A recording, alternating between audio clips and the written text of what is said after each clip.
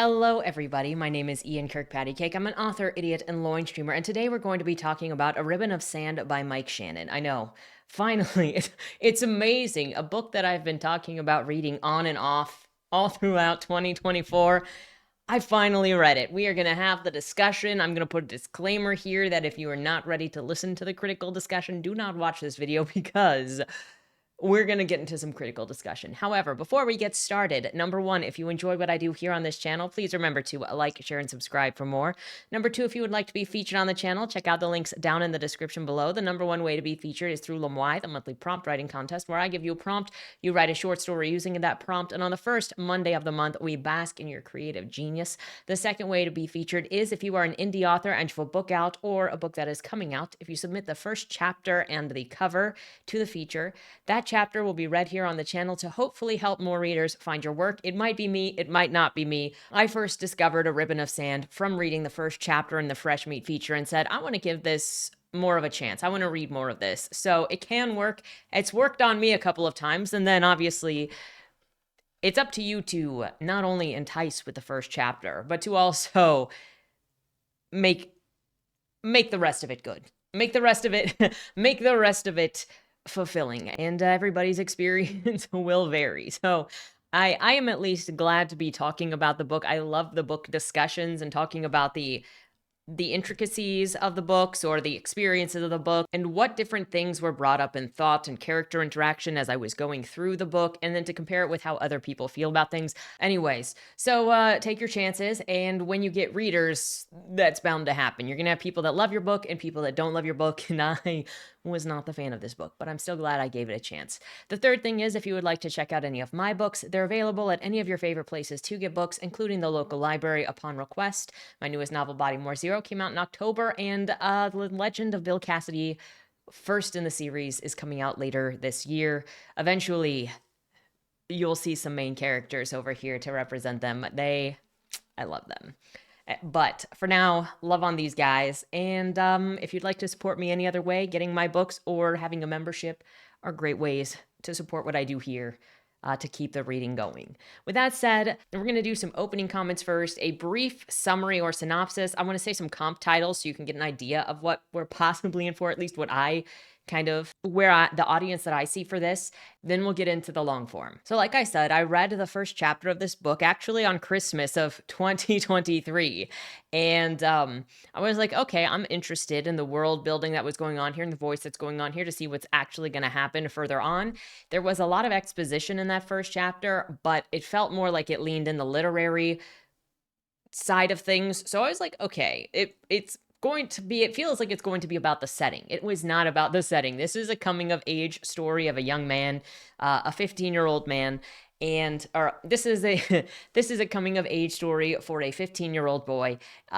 Do not be deceived by all of the setting in the first chapter. It ultimately really doesn't matter. It kind of just gets thrown in there. Anyways, thank you for your patience on listening to me keep saying that I was going to read this at some point over the entire year, but now we are finally here.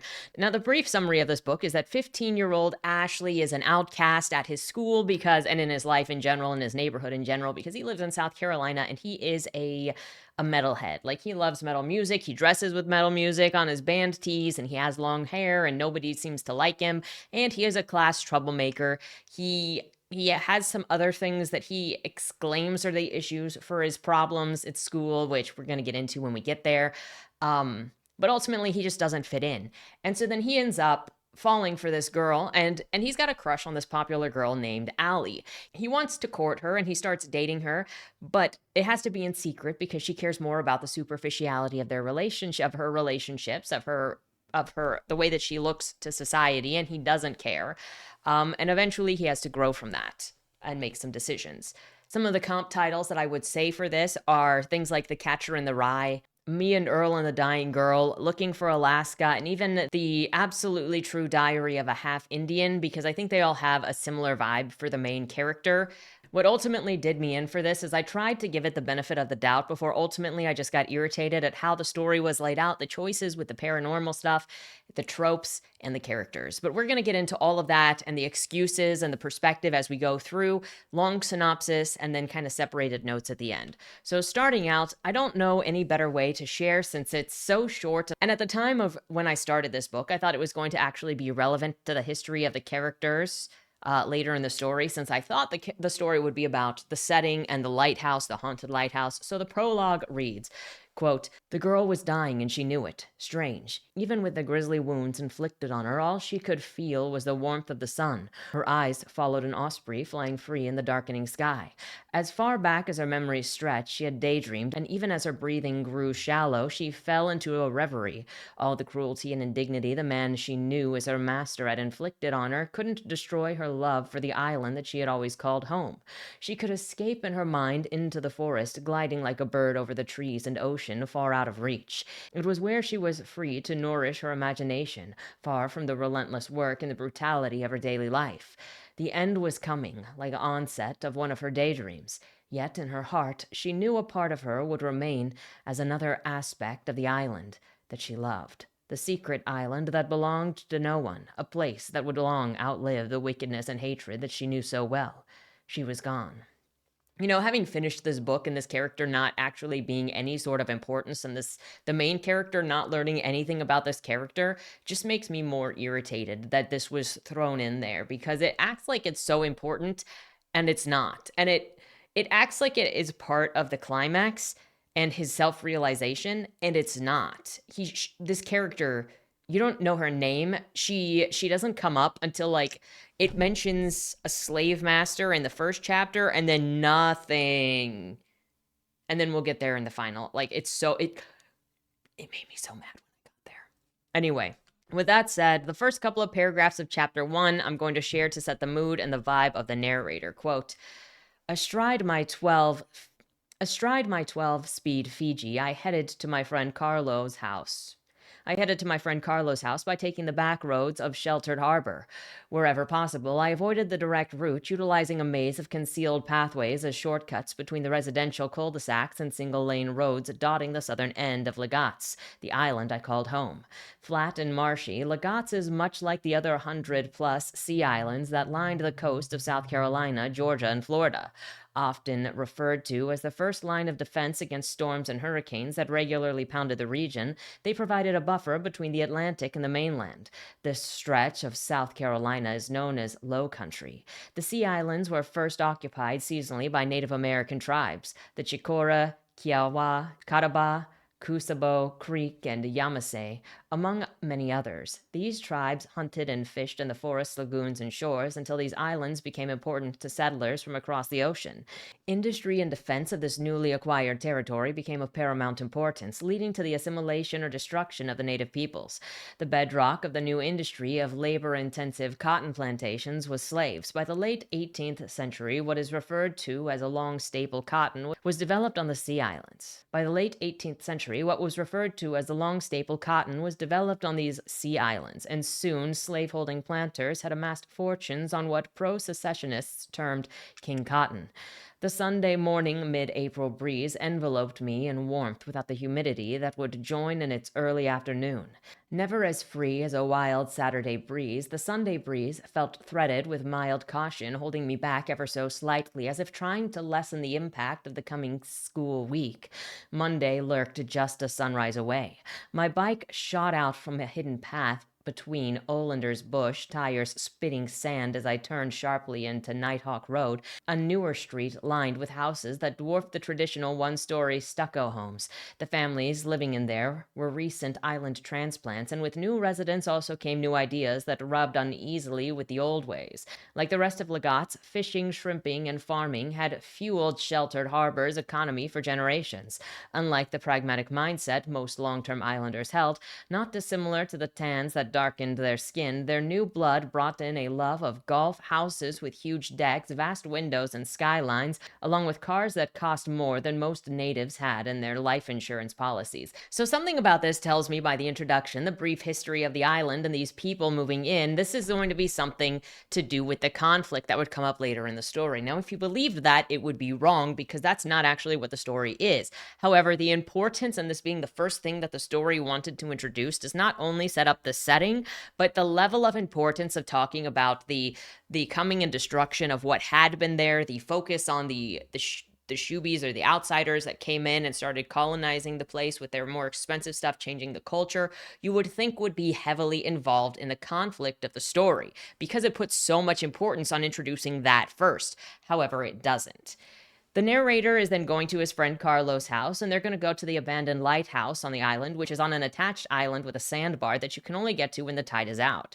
He says that adults avoid the place because it's dangerous, but he likes it because he can be alone, and he's never found any danger there. You would think that that might be foreshadowing, but it's not.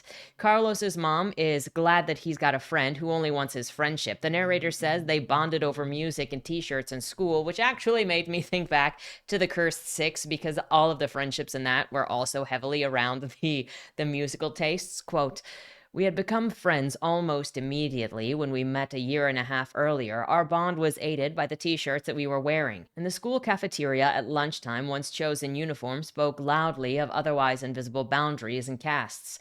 The guys who wore football jerseys talked loudly in small groups and huddled closely over their lunch tables before leaning back in exaggerated open-mouthed laughter and a hail of high fives as if they had mapped out a play. At nearby tables, other guys wore khaki pants and polo or Izod shirts, differentiated only by color: yellow, pink, red, and green, collars upturned, and hair parted conservatively on the side, and cut to such a precise length, and I often wondered if there was a secret hair fairy who made the rounds on moonlit nights, cutting each head of hair with magical machine-like precision. In this atmosphere, it was easy for me to spot the new guy with shoulder-length hair and a Riot Fire Down Under t-shirt, the unmistakable band mascot, a furry white harp seal with lightning bolts as pupils staring at me. It was a shirt that I knew well, having one in my collection. Later, Carlo would tell me that the lanky guy wearing the Black Sabbath Heaven and Hell t-shirt clued him in but quick, like a flare fired over the assembly throng to the strong possibility that he had found a friend in the sea of conformity that surrounded us. So that's actually going to be a constant theme in here where he mentions how nonconformist he is in general. And also Black Sabbath is mentioned specifically in this 18 times. There are so many references, cultural references, especially to musicians, movies, and television, and this is set in 1982 for the record. While the two of them are going to the lighthouse, they also plan to go to the store so that they can get some bait for their cages because they're going to catch some crabs or lay out some crab cages. Now, if you think that's going to be important, it's not. I don't even know why it was included in here because it never comes up and you never see them doing anything with the crab fishing. They aren't even going to the island to crab fish. So it's like, why was it thrown in there when they could literally just be going to the island to look at the lighthouse? The narrator also talks about how Carlos's family moved in a few years ago. His dad is a realtor slash broker and wanted to get into ground zero of this area as it picked up more and more during the tourist season and seemed like a good place to make money. Quote, "Carlo's dad had moved his family to Legatz a year and a half earlier from New Jersey. He'd had something to do with the big stock brokerage firm up there, but while on vacation with his family, he became engrossed with the idea of getting in on the ground floor of the budding real estate market on the island. The ever-increasing influx of tourists that locals had to contend with had opened new opportunities for ambitious outsiders. After years of relative isolation, the island suddenly had a tourist season, commonly referred to by the locals as the Northern Invasion. When crowds from primarily northern states descended, they clogged the small island roads, acting as far as locals were concerned as if they had never driven a car before, seen traffic signs, or, for that matter, encountered pedestrians.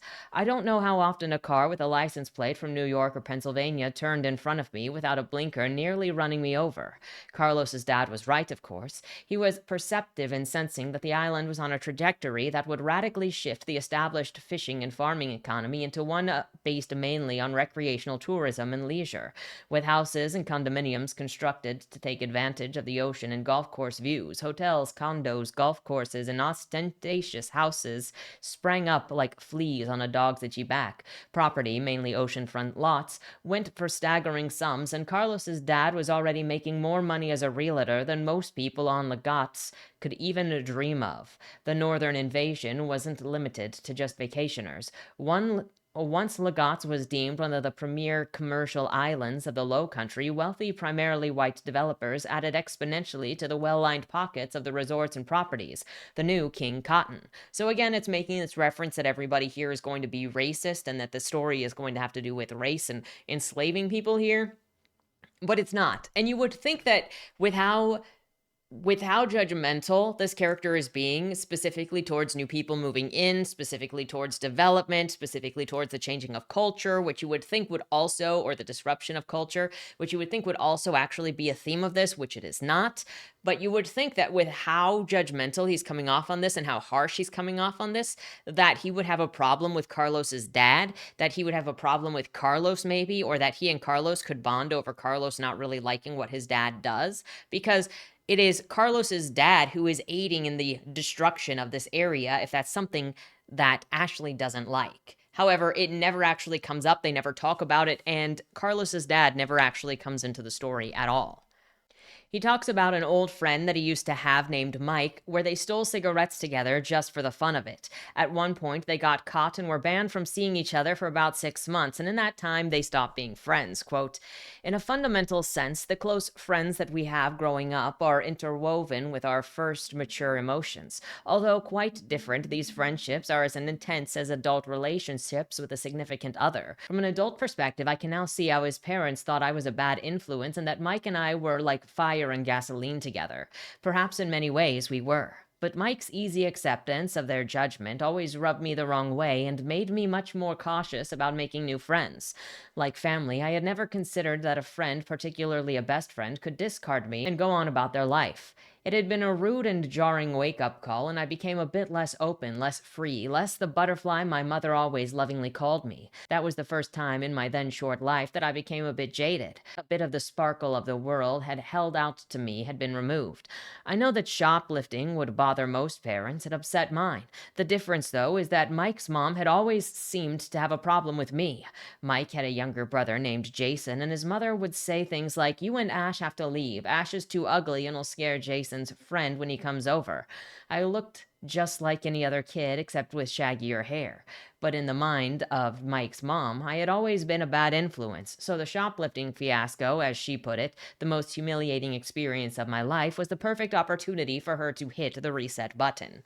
Look, I don't know if she would actually have issues. Maybe she would, because maybe she was a stuck-up person. But, like, we're talking probably grade school, maybe middle school. We don't really get a good sense of time or ages in this, and then it messes up the time and ages more by holding him back for 2 years and then thrusting him forward into the appropriate year, it seems like. You would think.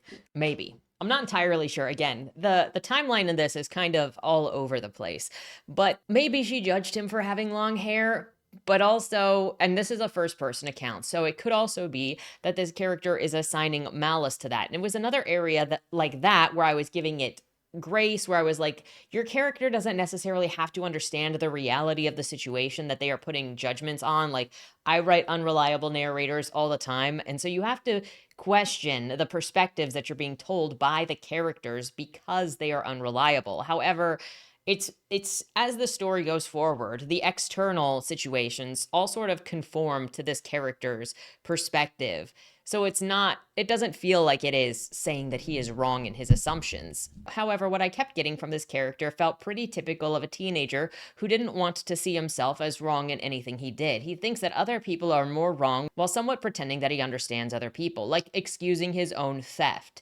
Look, I know that shoplifting is wrong and most people don't like it, but other people are worse than me by being judgmental or racist, which also comes up quite a bit in this. He's very fixated on the racial politics or behaviors in his home, which either tells you that he's fixated or it's going to play a larger part in his life or this story. No, it just falls away until it's convenient to bring it up again. When he's also been a thief, it makes you wonder if he blames racism for things that are behavioral issues instead, like his shoplifting. One of the areas the racial politics return again is through commenting on different neighborhoods on the island. Quote, The Adventure Inn, built around 1970, didn't live up to its name, hiding as it did behind high protective sand dunes far from the crashing turf. The hotel publicly welcomed anybody, but the visitors were almost all white. On the northern end of the island, the black side, as white locals called it, stood in a one-story motel used almost exclusively by an African American clientele. This unwritten separation extended to grocery stores. The Piggly Wiggly, on the southern end, was where the white locals shopped, while the northern end had Glover's, an independent supermarket where seeing a white face was about as likely as spotting a low country cougar. Even into the 1980s, these patterns persisted, although segregation was theoretically a thing of the past. Whether I was shopping with my mom at the Piggly Wiggly or visiting vacationing white friends at my parents' staying at the Adventure Inn, these patterns reinforced these unspoken codes. Now, him saying this made me question if there really was an unspoken code or if these people were just using the grocery stores in their neighborhoods. There's more traveling through the town, almost like a tour while referencing racial politics offhand, and the white part of the island, the not white part of the island, the Civil War, feeling like he hit a time slip as they get to the beach and thinking about the Civil War further. When they reach the beach, they run into a boy named Abe, where his skin is so black that it looks blue, and we get this description again of how racist this town is. Quote, "Unsure of our unexpected company, Carlos dropped back behind me. The school Carlo and I attended in Sheltered Harbor was, in theory, at least mixed, but was almost entirely white, while down in Bumilia Creek, a hamlet for many of the island's black residents, stood a school that was overwhelmingly full of black students. Unspoken, though the taboos might have been, if you were a kid of a minority color going to the wrong school, you would be singled out as an aberration or worse, trash, by the majority of locals, and your family would be treated with a noticeable degree of unfriendliness. I considered Abe a friend, but it probably would have been more accurate to call him an acquaintance. Soon after we met, I awkwardly discovered that I wasn't allowed in his house. His mother warned him as he repeated to me, 'You hanging out with that boy will only lead you to trouble. You can bet that he has no good on his mind.' It was true that I often had no good on my mind, but not how I imagined his mother supposed. But of course, her suspicions were just those of a watchful parent. Both Carlos's parents and my own, although not racist in my judgment, might have felt uneasy having a black kid over to one of their houses, as it could potentially draw a hostile reaction from the less open-minded locals. It might have been 1982, but Sheltered Harbor clung to however tenuously to the specter of segregated philosophy that had once held in a firm place by the Jim Crow laws. Although these laws had been officially abolished in the mid-1960s, unofficially, their influence held on like a bad-tempered snapping turtle, unwilling to let go of the stick that it felt it had been prodded with. Maybe I was more attuned to those vestigial racial barriers because of the ostracism I experienced. Even though I was white and Carlo was Spanish ancestry with his light olive complexion, going to the right school didn't afford us any sense of camaraderie with our fellow students' bodies. We knew all too well what it felt like to be outcasts. This is so ridiculous. He misbehaves and he has a reputation as a thief, as specifically being outlandish, and he associates it with racism. No, he deserves some of the punishment that he gets. Abe announces that he came over to check his crab traps, and they're empty, and he is now sure that someone is stealing his traps. Ash, the narrator, suggests that he puts those traps over on the island where fewer people go, and they're likely to be stolen less. Abe says that he will, however, Ash also says that he'll keep an eye out for anyone who might be stealing his catch and then let him know. Abe thanks him and he is off. They run into a couple of racist white guys immediately after that who then brag about stealing Abe's crabs, threaten Carlos and Ash that if they tell anyone they're going to pay for it, and insinuate that if they're friends with Abe, then they are the same slurs that the rednecks keep dropping. The men walk off laughing, saying that they're going to go drink and add to their tooth decay, and Carlos and Ash continue towards the island to set the crab traps. So, their entire thing was just to show up to be stereotypes, to be stereotypical, just flat characters.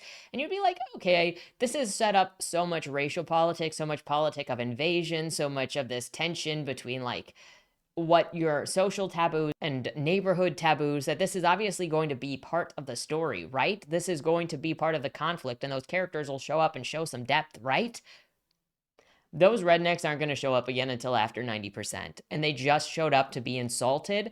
And you're going to see constantly throughout the story that generally everybody whom Ash doesn't like is either a racist or a homophobe and uses slurs and just shows up to be a bully or to do this, and it's very obnoxious. So Carlos and Ash continue on to the Lighthouse Island, where we hear, quote, "In the early 1900s, even at high tide, the water wasn't more than 4 or 5 feet deep, but that was more than enough to put a person in the water at the mercy of dangerous riptides and currents. Many people had drowned in the inlet, so locals repeated cautionary stories in the hope of averting future tragedies. One of the oldest tales, dating to the mid-19th century, described a young boy visiting his relatives who overheard the adults discussing stone crabs that buried themselves in the banks of the inlet. Enticed, he snuck away with the idea of surprising everyone by bringing back a few for dinner. Finding a promising hole, he eagerly stuck his hand in, only to have it grasped by a strong, unforgiving claw. With high tides moving in fast around him, the boy began screaming and crying, his pleas unanswered as he slowly drowned. The legend persisted that on dark, moonless nights, people could still hear the boy screaming. Both black and white locals faithfully passed the stories on, and these folk tales, with nuggets of truth sewn into them, hindered many of those using the inlet for crabbing and kept many otherwise curious visitors from making their way across the narrow causeway to visit Declaration. The stories conveyed much more than the dangers of the derelict lighthouse and the long-abandoned hunting club. According to the lore, things that were more intangible but no less dangerous grew in the shadows beneath the ancient live oaks, things that exuded an atmosphere far removed from what passed as civilized. The abandoned island attracted me like a magnet for its lighthouse solitude and natural wonders, but what cemented the connection was its bewitching reputation. The rules that held sway in place, like legats, didn't govern with the same authority on Declaration. The line between the normal and the supernormal blurred somewhere during the passage across the thin ribbon of sand between Mitchell Inlet and the Atlantic, a ribbon that appeared and disappeared with the tides. So I'm bringing it up here because it felt like the world building and the neighborhood was more important than the characters. So I had started getting this vibe that it was going to be more like Midnight in the Garden of Good and Evil, where it was more so about Savannah and that neighborhood in Savannah and how peculiar it was as opposed to the characters. So again, I'm talking about how it sort of misleads what the story is about with the opening chapters of this, with what the focus of this book is, because we're going to get into just generic teen angst in a YA plot that kind of ends like a Disney Channel original movie. We'll get there. Trust me, we'll get there. But so, like, I was writing my thoughts as I was going through this of where I thought it was going to go and why it was looking like that. And that's one of the reasons why I got so irritated with the way that the story went.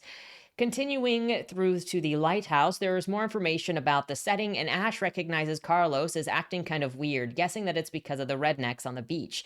They get closer, and Ash shares information about the lighthouse, which seems a little bit odd to me, and I'll tell you why in a second. Quote, our feet crunched over oyster shells as bird calls of all descriptions and always present rising and falling hum of cicadas surrounded us.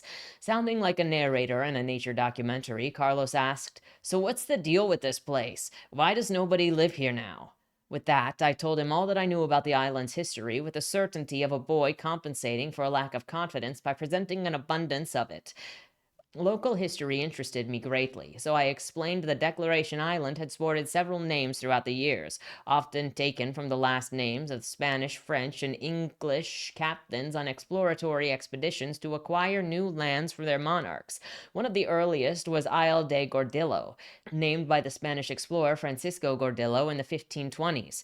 In a deferential move, he called the much larger island to the south Isle de Alion, after Lucas Vasquez Alion, his superior.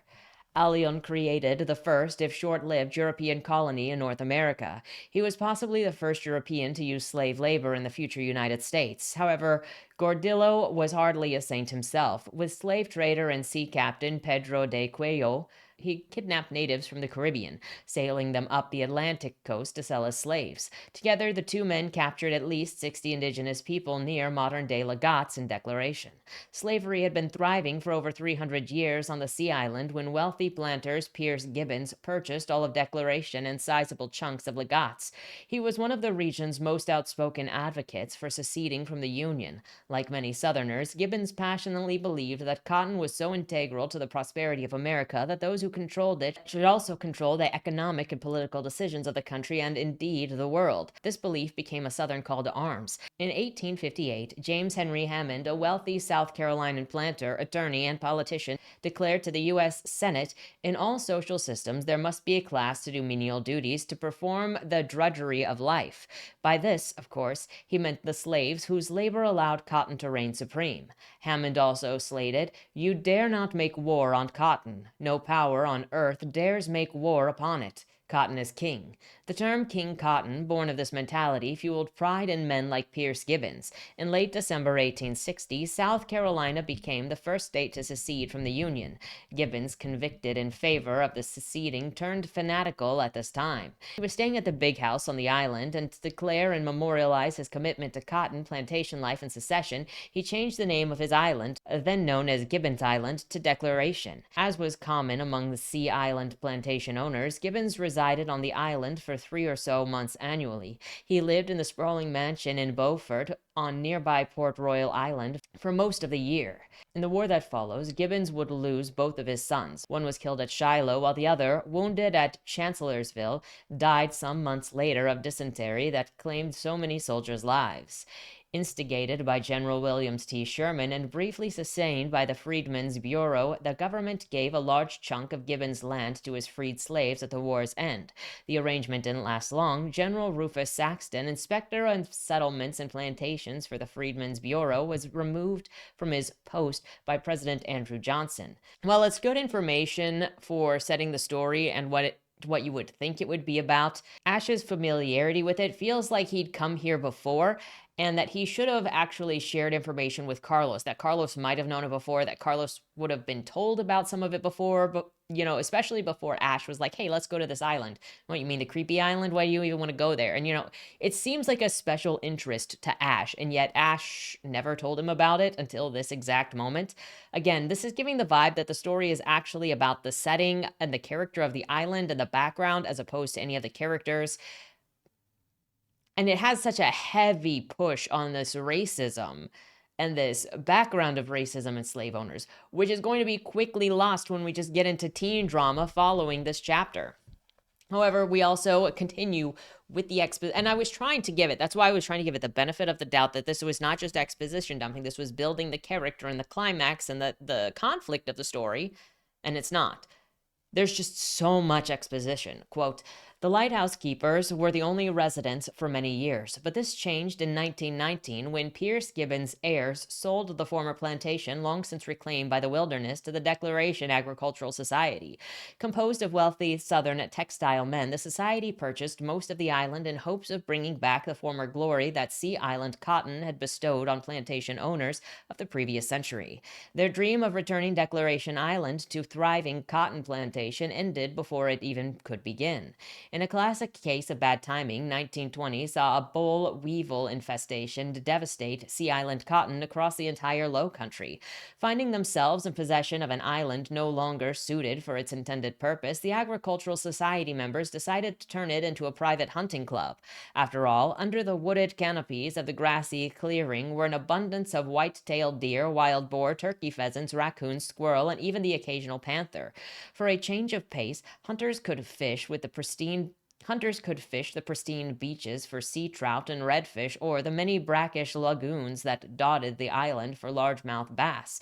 Not far from the Lighthouse compound, the Agricultural Society built a hunting camp that included a pier separate from the one used by the lightkeepers. The Hunt Club and lightkeepers shared the island's isolation for 12 years, but the hunting club had problems from the very start. It never seemed to be able to establish itself the way the founders had envisioned. Part of the trouble was the isolation that made it sportsman's paradise. From the onset, Hunt Club members encountered difficulty finding the staff needed to run and maintain such an operation. A master of the hounds, deer drivers, guides, cooks, and caretakers for the months the Hunt Club wasn't active. The Hunt Club tried to recruit some of those among Legate's Gallo population willing to relocate to the island, but this proved more difficult to achieve than expected. Declaration seemed woven into the local people's legends and superstitions, stretching back to when their relatives, some still living, had been enslaved under Pierce Gibbons. This shortage of workers made the Hunt Club an on-again, off-again proposition. When the lighthouse was decommissioned, the hunt club became even less attractive, and the men who had invested so much money in the island slowly abandoned it. Clues to the reasons were found in the whispered rumors that the hunt club staff passed on to relatives. One story described hunters returning to the camp after dark with the grenadier drivers and finding themselves engulfed suddenly in a strange low-lying blue fog that descended upon them without warning. In the fog's shadowy heart, the figure of a woman in a blue dress glowered at them, arms outstretched, before disappearing into the night's shadow as they fled.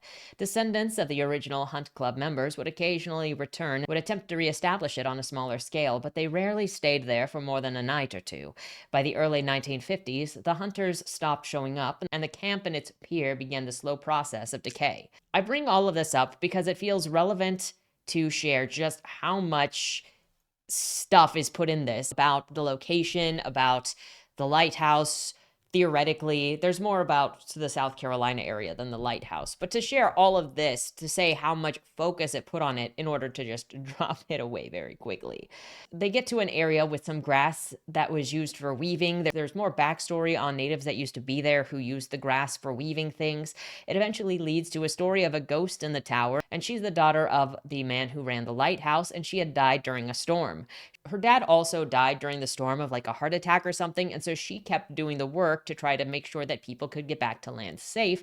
However, she disappeared at some point during the night, and people assumed she fell off the rocks during the storm and her body was lost out to sea. She was known for both her kindness and bravery in life and her vengefulness in death. Let me just say, she never gets her justice, especially with the way that this decides to divert the ending of this book, which now you think about it, it's like, huh, a little worse. Quote, as we retreated, I related stories of the few who, on dares or bets, had attempted to spend the night, only to flee when an ominous knocking came from deep within the crumbling hulk of the lighthouse or keeper's house.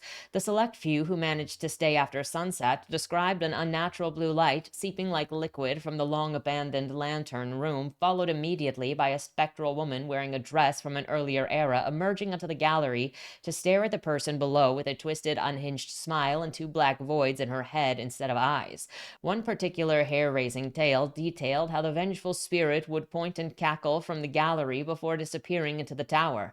Immediately, the sound of her frenzied footfalls descended the spiral staircase and would become audible. I'd never heard of anyone sticking around to see what emerged from the door at the bottom. Even more outlandish accounts detailed a hideous deformed apparition darting mockingly among the foliage, scampering down gnarled oak boughs like a giant spider, its mouth a bent black hole emitting an unearthly howl. The most embroidered descriptions suggested that the body was human, with the head of a wild boar and even that of a toad or reptile. Each retelling was embellished, growing more macabre with every passing year. In many tales, sounds also accompanied the spirit: frantic breathing, mournful sighing, desperate sobbing, and rustling fabric. People might attempt to explain these away until they realized that the noises weren't coming from insects or other nocturnal creatures, but seemed layered on top of those natural sounds, like someone whispering into a tape recorder mere inches away. I often wondered which version of the Blue Lady, if she did indeed exist, was closer to the truth. Was she the terrifying, hateful ghost most commonly described, or something closer to the brave, loving daughter that she'd been in life?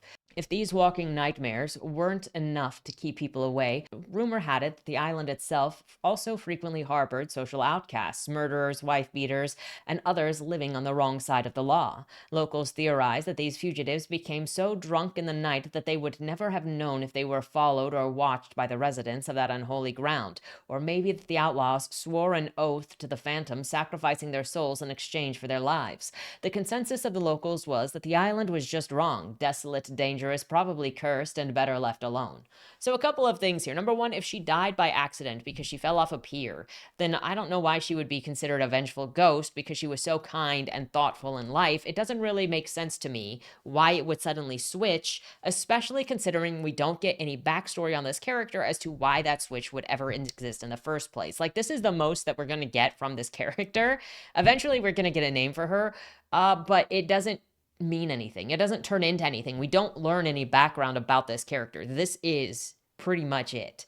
The second thing is, It talks about this being a place for murderers, wife beaters, and others living on the wrong side of the law. And yet, no matter how many times this character visits the island, he never runs into any criminals. He never runs into any other people here, not even other gawkers that or urban explorers or kids or anything. It is only just him.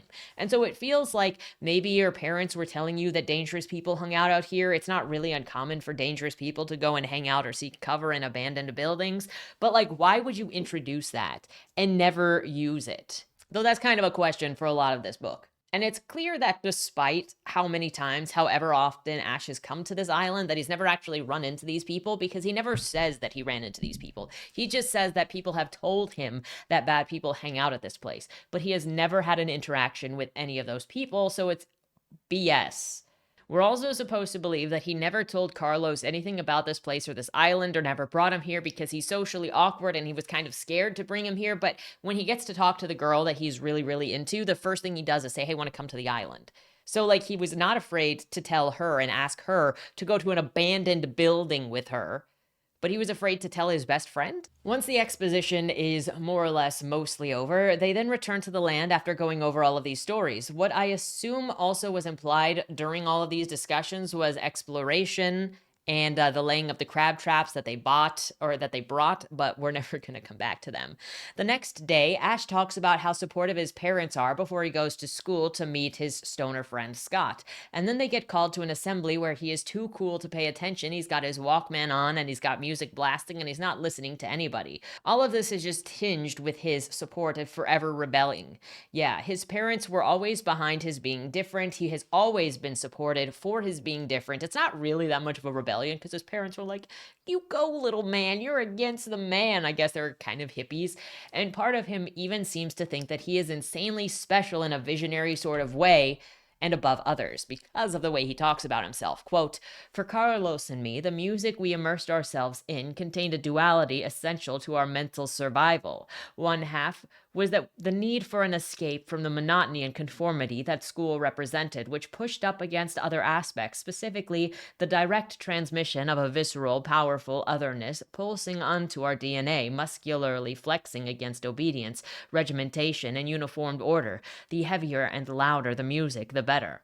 On another equally important level, listening to music stimulated our imaginations. When Scott would blast Zeppelin's The Ocean, I could hear waves created from drums, guitar, and bass crashing on a shore while feeling a strong, salty breeze on my face. The song Misty Mountain Hop evoked crisp air and mist brushing my face, while before me, for whatever reason, some old settler was dancing a jig. When Carlo and I would crank Rainbow's Man of Silver Mountain, I was looking up at a miraculous mountain, marveling at the equally silver dude standing there. When we played Uriel Heep's epic, The Magician's Birthday, I was mingling among the orchid orchestra in the middle of the mystical forest, glistening with dew at the break of the day. What's important is that the images didn't necessarily need to align with the lyrics or the writer's vision of the song. The seeds that sprouted in my mind were tangible extensions of the songs, every bit as intense and integral as the music itself. This freedom added another layer of escape, the right to interpret what I heard however I pleased with power to, and another wrist-twisted dagger to the heart of neat and tidy classification. Counterintuitively, the barrage of sensory stimulation provided by music cultivated a centering stillness more potent than anything I experienced in a classroom. Even if I could not yet define it, the stillness imparted by the audible turbulence and tumult were more vital to me than being repeatedly told that education was essential. So it's just all like, he's praising himself for being counter to everything that is expected of him. And then he's like, why does nobody like me? Maybe because you've got a superiority complex about being different. Being approached by a couple of known bullies, he for some reason takes his headphones off to listen to them insult him before they just walk off. Like, they don't even do anything. They just swear at him. We're then told that he was super popular with girls in earlier grades, but then the dudes caught on that he was playing games with girls, they got into it, and then they somehow outcasted him. Quote, It hadn't always been like this. My family had moved to the island when I was in third grade, and at that age, cliques and the general lines of friendship weren't yet clearly delineated. The boys and girls in the classroom and playground accepted me equally. My friend Mike and I had even devised a game that became a popular recess activity. It was a steal the flag type of game. One team's territory had at its center a geometric dome climber, or jungle gym as we called it, and the other was a picnic table directly across the playground. Mike and I were delighted when our game became all of the rage with several girls, especially as we were, at least until a couple other guys caught on, the only two boys participating. As the game involved lots of running after each other, tagging, and getting close to the other sex for the first time, it was much more exciting than the simple descriptions of trying to get to the enemy's flag might suggest.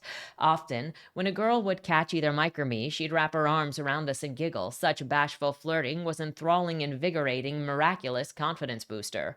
However, within just 3 years, nascent cliques bloomed into fully formed alliances, allowing a definite hierarchy to develop.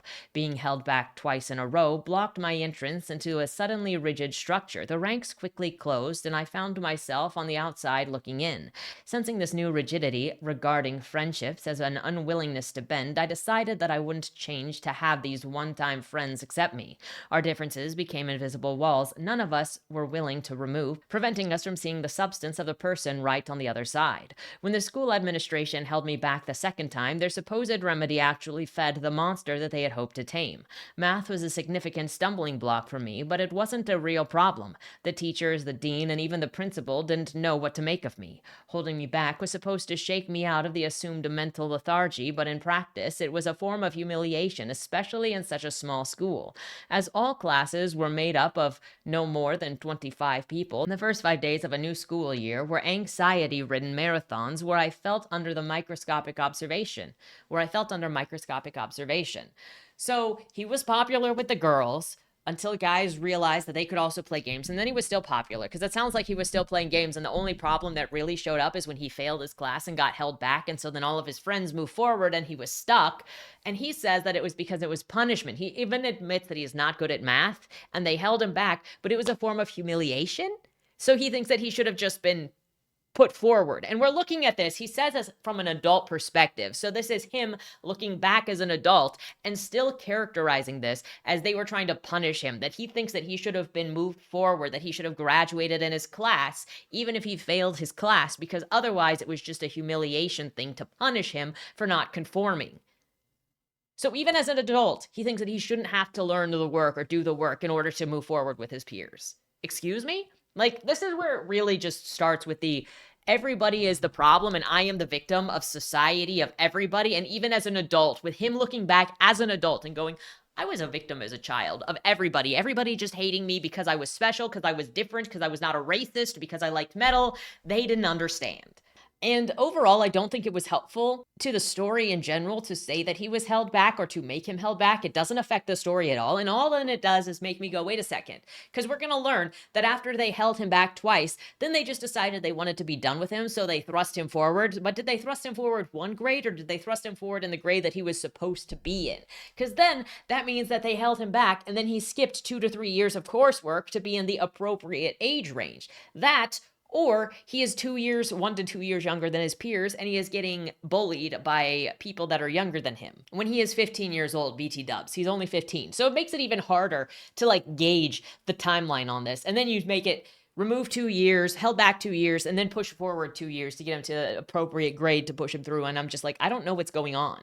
Also, from his reflective perspective, he doesn't even say, hey, maybe I was a dumb teenager. Maybe I didn't think that it was important at the time. Maybe I sort of did that to myself by thinking, look, I don't want to do this. This is dumb. I don't want to be here. And then kind of hurting myself in the process. He never even does that. They also say that the parents noticed that he was failing school and then brought it to the teacher and were like, hey, or the school, and we're like, hey, can we get him a tutor? And they're like, that's too much trouble. Let's not. That's the furthest that goes to. There is no further information on that. It's just the teacher said, we're not going to work on a tutor. The parents didn't just hire a tutor on their own. You don't have to rely on the school to give you a tutor. But the school didn't want to help tutor this kid, to get this kid to do his classes. Is again that just to be arbitrarily, oh yeah, the school it wasn't his fault that he failed his classes. I just don't understand the point of this choice. And then when he believes that he should arbitrarily have just been artificially pushed forward when he failed his classes, I also don't understand. Now I could understand if he was a teenager mindset and he was still thinking that he should just get to go forward with his friends, but that's not what this is he is looking back as an adult talking to us about his childhood rebellion and saying all of it was necessary. Quote, acting out became my only way of making contact with my new classmates, who generally regarded me as the dumb kid who had failed a grade. The class clown would be an affectionate term, but I was more akin to those bothersome of low country critters, the chiggers, clamping onto the skin of one teacher after another, causing a persistent, sometimes maddening itch. My bite was interrupted by the teacher with a smart-ass comment pointing out an insignificant part of a lecture that I found humorous, or spotlighting an unfortunate choice of clothing. My observations and interruptions brought me scant attention and a few laughs from the kids who otherwise disregarded me or, in some cases, derided me in public. To me, behaving badly also felt like revenge on those who wielded power. If you're gonna make a fool out of me, well, I can return the slight in kind. In short order, the teachers just wanted me out of their hair and for me to cut mine. My grades didn't improve, but the administration finally allowed me to move forward. So if he was held back, see, now I'm still stuck in if he was finally allowed to move forward, then he just moved on to the next grade. So is he a 15-year-old who is in like 8th grade? So then is he looking at a 13-year-old in his class and she is super hottie and then his bullies are all 13-year-olds? Like, what exactly is the situation here? Because it never is actually fully defined. And then again, this just makes it confusing. When you hold somebody back for 2 years, what is literally the point? When you just go, you know what, get them out of my hair, get them a tutor. It just felt like victimizing for the point of victimizing, and it's something mundane. Not only does he blame teachers being malicious pointlessly, but he also says that he had undiagnosed ADHD, and that was the reason he was held back. Quote, what increased my frustration each time the school held me back was that I'd initially been trying to succeed. My parents assured me that all I needed to do was study harder, to apply myself until the blur of each lecture resolved into a clear focus. However, if the lecture had to do with math, I understood about as much as if I tried to read a book tossed out of a high-rise window as it sailed past my floor. Late nights of my parents tutoring me led only to sleepiness in the classroom. Several years passed before a diagnosis of ADHD until a diagnosis of ADHD made sense of my learning difficulties. Until then, teachers, deans, principals all insisted that I was not paying proper attention and was being lazy or purposefully obtuse. Everyone told me that all I needed was discipline to clear my head of extraneous impulses and cultivate a work ethic. I've never been able to wrap my head around how holding someone back will help them progress. I need more interactive strategy. Maybe the authorities thought forcing me into a distinctively awkward situation would finally make me realize the error of my ways, whatever they were, and set me in a line to walk straight and narrow. Unfortunately, the only thing that was straight and narrow was the strategy, which only compounded the malady, turning the proverbial cold into something much more chronic. So he does think that he should have just been pushed forward because for some reason he's like, well, if you hold people back, how does it help them progress? If you can't do the work, then you can't do the harder work. That's how it works. The other thing about this, bringing in ADHD as a diagnosis, is that in 1982, all that was on the DSM was ADD. It wouldn't be until 1987 when ADHD became an actual diagnosis. Now, if you had ADD in 1982, if they decided that to diagnose you with that, they would give you Ritalin. But so that never gets suggested, did he never get looked at for that? Did he never even just have Ritalin thrust upon him? I don't know. It doesn't really make sense. But I also don't like the idea and the way that this book does it, where it tries to say that all of his bad behaviors in class are specifically only because of an ADHD diagnosis. He's an asshole. I get sick of people that use having some sort of diagnosis as an excuse to misbehave or mistreat people and then be like, no, that's just how it is. No, your diagnosis is to help you to figure out how to cope. And I can understand the teenager if the teenager is trying to figure this out and is expressing the stuff. But if you're trying to make this as an adult looking back on his childhood and reframing his childhood and understanding his childhood, it doesn't work. If they had passed him when he couldn't do the coursework, then it actually would have been the teachers preparing him, setting him up specifically to fail, because if he can't do the lower level work, then he's not going to be able to do the higher level work. He also just thinks class in general is harder, so he just wants to arbitrarily go forward to get an arbitrary piece of paper that's not going to mean anything. so that he can just keep up with his friends. Apparently, keeping up with his friends wasn't a strong enough motivation to try to focus on the classes, and that he did get tutoring from his parents, and he still didn't care. So where is the issue here? And his parents seem to be so concerned with like paying attention to him and making sure that he is taken care of, and yet they didn't really pay attention when they were the ones that were tutoring him, that something might have been off. I'm so confused by the mindset set up here, and he keeps making himself out to be the biggest victim in all of this when people were actually trying to help him. He's also a stoner burnout because he does drugs. He doesn't just smoke cigarettes, he does pot as well. And while he also has bragged about jacking cigarettes and other things just for fun when he's got plenty of money, his parents buy him 2 Vespas in the course of a year during this book. And I'm supposed to feel bad for him. Quote, "Not until I was an adult could I finally perceive the protective shell that I had constructed around myself.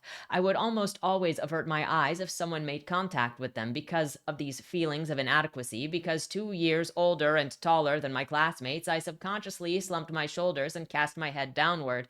This posture had the effect of deterring others from interacting with me. Although my t-shirt and hair suggested it, I had no desire to be an outsider, at least not at first. I wasn't yet able to realize that the hard image I presented just reinforced the wall of isolation I so keenly felt, but which ran counter to many of the other feelings that I locked inside." So from everything that I have seen so far from the first 3 chapters of this book, including his judgment of the other islanders, it doesn't seem like he's trying that hard to fit in at all. Even with his friend Mike, whom, again, he's 15, so where was that friendship with Mike? How old was he when he and Mike were stealing cigarettes that the mom was like, you need to stop seeing him for 6 months? Were they grade school? Were they in 4th grade and he was jacking cigarettes already? How is that trying to fit into society? Something else that made me have a hard time with this is he goes from bragging in the first chapter about being a casual criminal and also talking about cutting the logo out of a polo shirt so that his nipple shows because he doesn't want to fit in, because somebody was like, why don't you dress normal? And he was like, okay, I'll wear the polo that all of the preps are wearing. Then he's like, I wasn't trying to stand out. Oh, please. Everything that you do, even you talking about music, you were like, oh, it's all counter to what everybody else considers normal. You were very aware of being counter to what everyone was doing. And maybe you want to say when you were 15, you weren't. You were just being reactionary. But that's why I'm like, I think I'm too old for this book. I'm listening to this child and I'm like, this is dumb. This kid is dumb. I can't stand him. And then it makes it worse by having the adult perspective, looking back on it and being like, I was totally justified when I was a child. Bruh. He even mentions the polo shirt thing more than once throughout the book because it was such an important counter moment of society for him.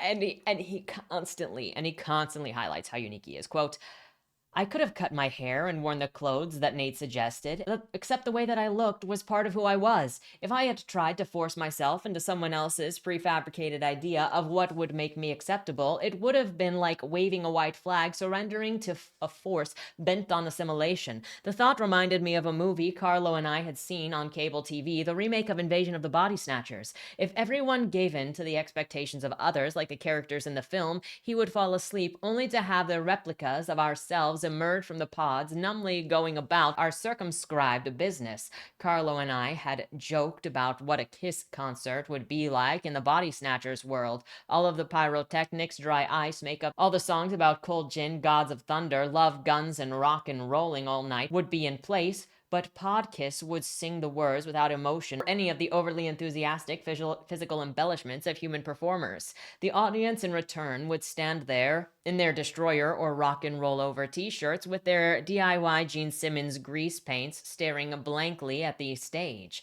going through the mechanical motions of a rock concert experience without any individuality or fun. And it's here that it just feels like a lot of ego about how special he is and how no one else is, and he is a martyr for being himself unlike everybody else. He talks about having a crush on this girl named Allie, and she is just so carefree and pretty, and then he feels like how everyone around him is maturing faster than him, and it makes him feel disconnected. So the 13-year-olds are more 13-year-olds are more mature than he is. You know, I understand this idea of this plight of being disconnected from others. I feel disconnected from others. I read my comment section and I just feel disconnected from reality. I read what people regularly talk about in general, and I'm like, I don't understand people. I understand this disconnect.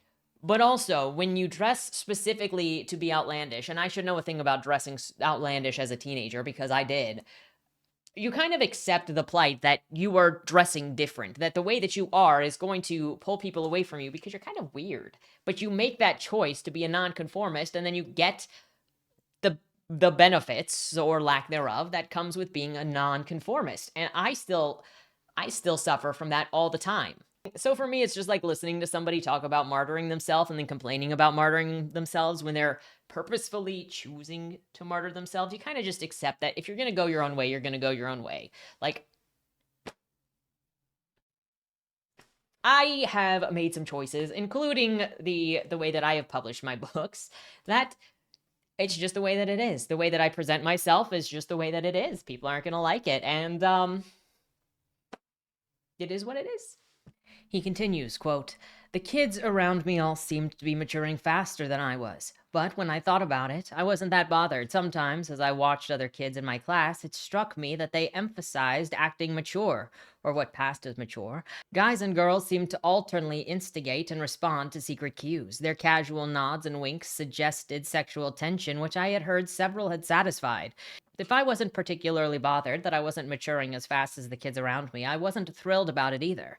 The confidence everyone else displayed in abundance made me feel even more disconnected, thinning a few tenuous similarities I shared with my classmates. At that point, the extent of my physical contact consisted of being hugged by my parents and bumped into by a dude in my gym class. I was spinning, constantly spinning in an orbit that seemed to take me further away from the pole most other students were locked into. This feeling of always moving farther away from those who stayed in such close proximity threaded its way through many of my thoughts. All had dated a couple of guys on my football team, popular guys who reinforced their position as a popular girl in a small elite clique of kids who, from my perspective, seemed bent on creating a facsimile of adulthood. Her status didn't suffer even when one of the guys she dated had a temper problem that his frequent use of alcohol and drugs exacerbated.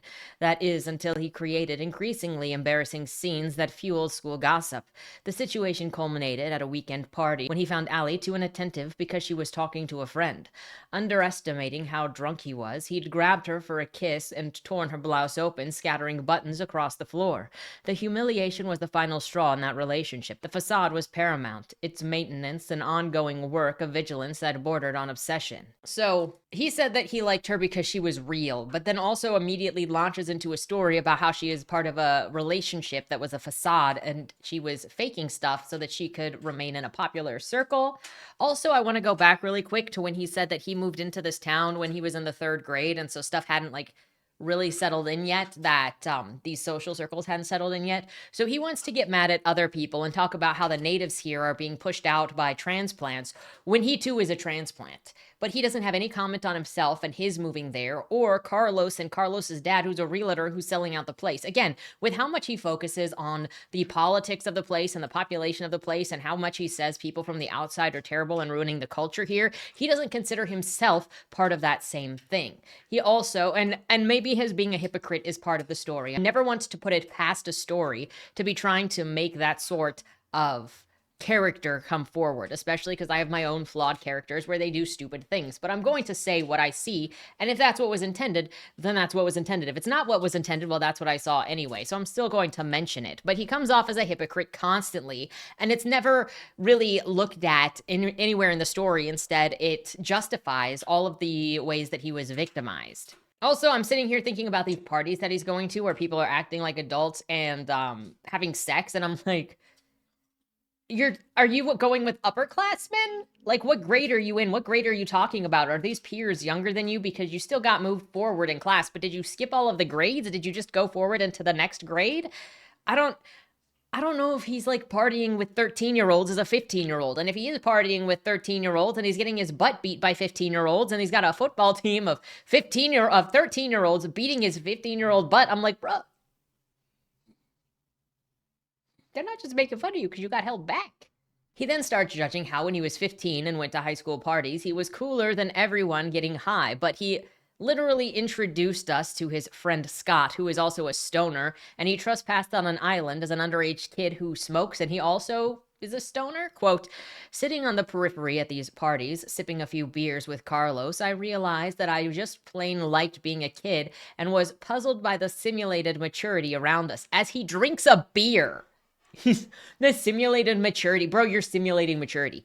Even specifically, I felt like it was my right and duty. I even unironically smoked and drank like a kid. In the end, Carlos and I agreed that he needs a juice box. He needs a Capri Sun if he wants to be like, I am unironically drinking like a kid. Bruh, what does that even mean? A kid drinking alcohol is an attempt to be an adult. In the end, Carlos and I agreed that the general vibe of these gatherings was just off. Parties and alcohol were fun, but to my 15-year-old mind, cranking out Judas Priest on a boombox while passing around a doobie with my buddies was a better fit than a saucy high society cocktail parties those high schoolers seemed so bent on emulating. So he's 15. He was held back for 2 years, but he's still invited to upperclassmen parties? So he's not really that unpopular. He's not really that outcasted. He's choosing to martyr himself, choosing to be outcasted. And people are trying from other grades to talk to him. And he's like, I would rather be a stoner. Quote, since I was labeled an outsider by most kids and staff, I would steadfastly be an outsider. Considering all I saw around me, I had no mere desire to be an insider within the school walls than at parties. The school was vigilant in keeping guys like Carlos and me out of sight. Our pictures were taken just like everyone else for the class pages of the yearbook, but a person would need a keen eye and a magnifying glass to see hints of us elsewhere in that book. We were specks on the periphery of images of day-to-day school life. He's complaining about this, but he's not participating in any extracurricular activities. He's like, well, I'm not in any of the club photos, any of the side photos, because they hide me. Or you're not joining any clubs to be in the club photos, and then you're blaming the school that you're not involved. He keeps going, I want to get to know this girl, but I don't want to change who I am. I like being a kid, and I want to be a kid, and these people are all just simulating maturity, but I smoke doobies and drink just like the rest of them. I'm getting really mixed signals from this guy, and it might have to do with how the POV is jumping around in a timeline, which also made it confusing to try to keep track of circumstances, period. He's just talking at the for the most part, he just talks at the reader about how much better than everyone he is because he's the only authentic person that he knows outside of Carlos, briefly Abe, Scott, sort of, and then eventually Ted.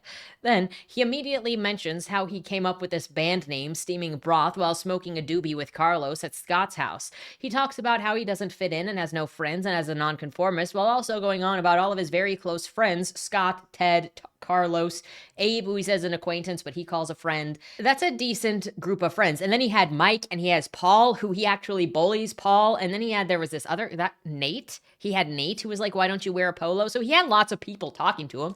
And it sounds like he was just rude and said no to all of them and called them all losers for being conformists. And then only stuck with Ted, Scott, Carlos, and Abe because they're all theoretically outsiders of some sort in his society. And it feels like to me in the way that he presents himself, he is only friends with Abe or friendly with Abe because he lives on the white side of town and he knows that and he knows how the white side of town treats the not white side of town or the racial politics between the sides. So then he feels, and he already said it, he feels a kinship with Abe as an outsider for Abe being black and his wearing metal. So it feels more like he's friends with Abe or says he's friends with Abe or talks to Abe because he feels like they're both outsiders for the same reason when they're not. Kind of gross to me, actually, especially the way the book uses Abe.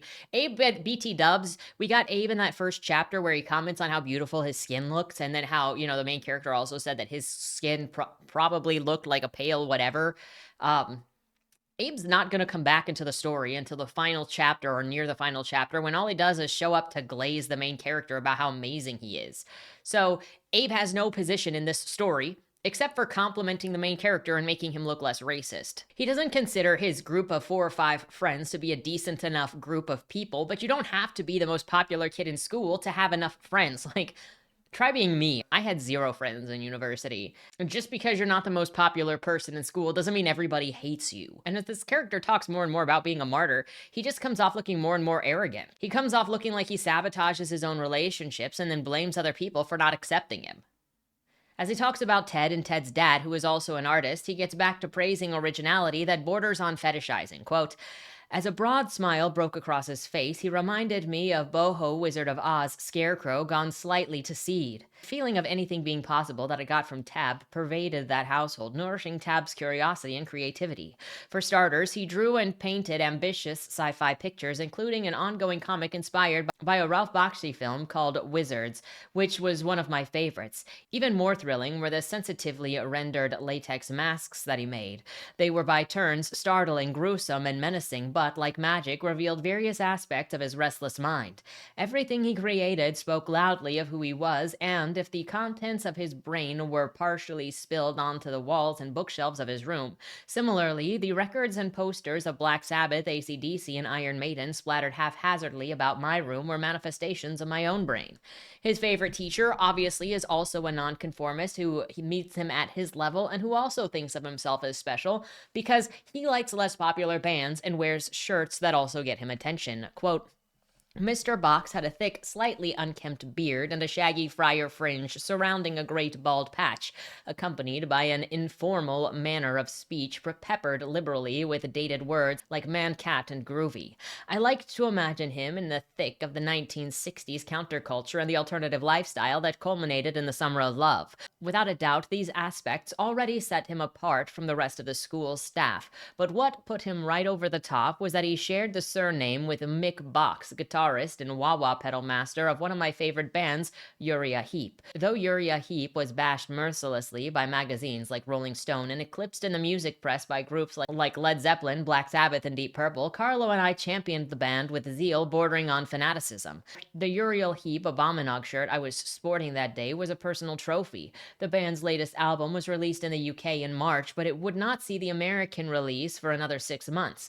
I had acquired it half a year before the rest of America by ordering an import copy from the Record Bar in Savannah and a t-shirt through a magazine called Kerrang. The shirt became an instant favorite of mine. The Abominog was a sharp-toothed red beast with equally sharp little horns and a giant maw agape and salivating. It seemed to catch the eye of everyone I passed. For me, that was a sign of a t-shirt doing what it should. I supposed I felt endeared to the creature because I thought that was how most people in school saw me. So that specifically there tells me that he is standing out on purpose for the purpose of standing out. He continues by saying how he was held back and had all of these issues in school paying attention and nothing helped, but he had ADHD and he's been getting 100s in his classes ever since if he feels like it. And how now he's getting 100s in his classes, though later he'll say his grades never improved and he wasn't doing any better. Quote, then, indulging in a rare sensation of academic accomplishment, Carlo and I leaned back in our chairs, placed our hands behind our heads, and smiled. At the front of the room, Mr. Box gave us a quick thumbs up with a little grin. Our apparent self-assurance, which might have struck some as arrogant, turned out to be justified, and it felt damn good.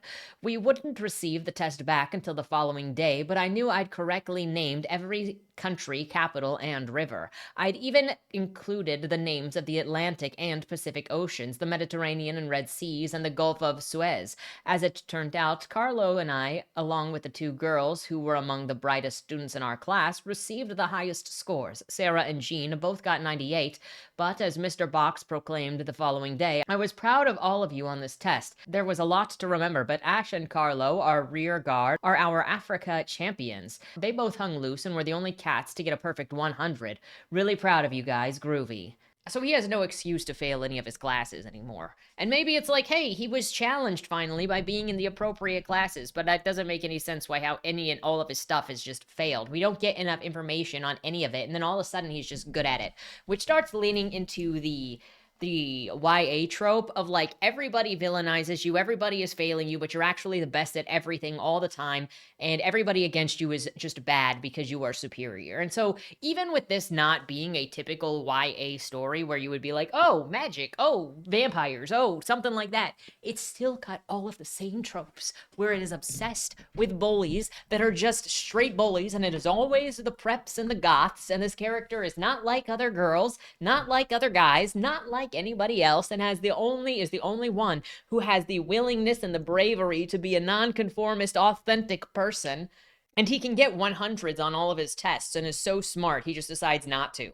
Also, it's ADHD. When he can be this good, why even bring up the other stuff? Why even bring up ADHD as a reason for his failing? Because obviously it doesn't come up in any other aspect of the story. It comes up in the narrative to say, hey, I failed because of it. But it doesn't show itself in his behavior. It doesn't show itself in any of his interests. It doesn't show itself in his pursuing of stuff that he is actually interested in. And then with him in retrospect, on top of that, where ADHD wasn't refined until 1987 and it was ADD in 1982, he is then putting it on the teachers to have had specialized information to recognize this in him, instead of like suggesting to his parents, hey, your kid's having issues, struggling with attention in school. Maybe you should get that looked at for something.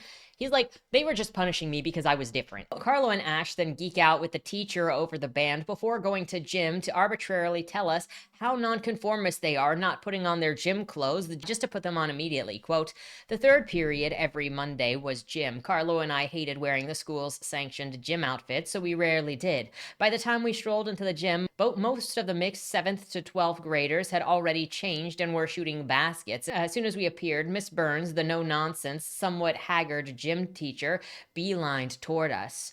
Will you guys please dress out today? It was a valid question, for which our stock answer was almost always no, but for whatever reason, maybe the buzz that we had received from Mr. Box and the fact that we liked basketball, we answered simultaneously, sure, and why not? So why was the answer always no? Why didn't they get punished? Why are they just arbitrarily throwing something? And you're also going to notice that there are like two types of females in this book.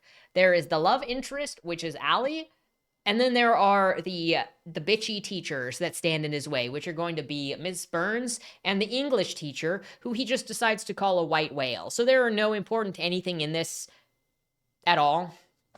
They're all dismissive. They're all either bitchy or they are pointless. And his mom. So I guess there's three types.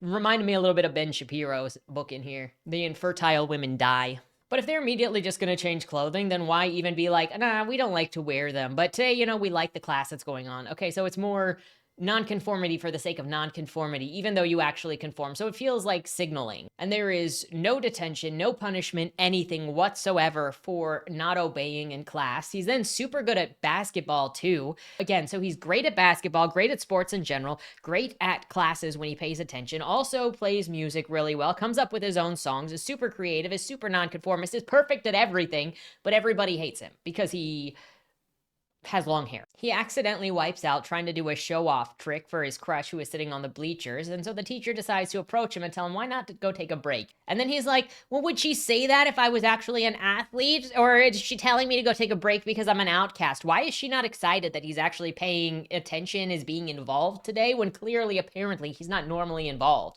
Again, arbitrary demonization of the teachers, just so this main character can be like, everybody is against me and they're bad. Quote, by this time, Miss Burns had walked over from the girls' game and barked hoarsely.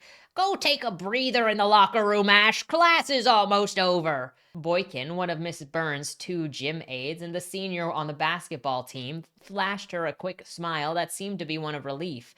To have an outcast playing as competitively as anyone else on the court didn't fit into the neatly ordered school casts. Now, if I had been Duncan or Bruce, the two junior varsity players on the court at the time, Miss Burns and Boykin would almost certainly have come to push me, speaking in bright, hearty tones.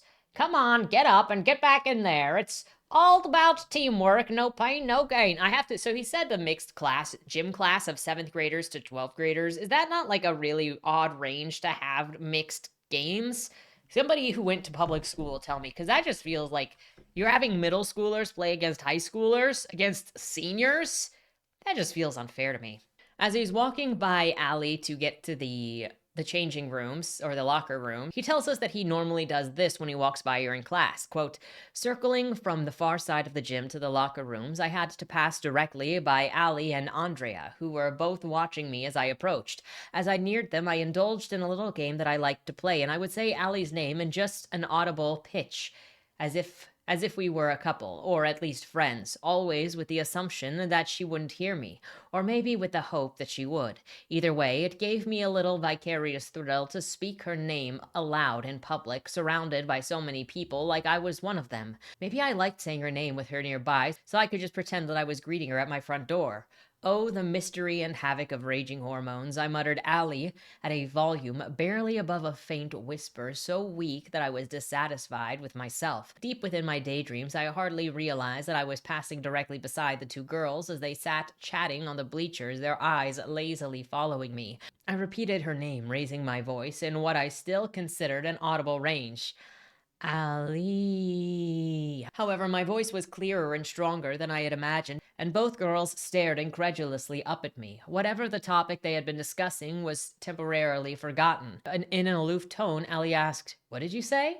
Nothing, I sputtered. It just seemed so arbitrary, and I get that it's part characterization, but I'm not getting the sense of the full story here because I'm being told throughout characterization, and it's just everything and just happens to be doing all of the things to get attention, but also maybe that's part of his characterization of pretending that he's modest, and maybe that's part of his characterization that he's pretending to be modest and not trying to get attention when he is actually trying very hard. But then he succeeds in all of his classes at the top of them when he just does them. Yet he was held back 2 years because punishment for nonconformity and also failing all of his classes.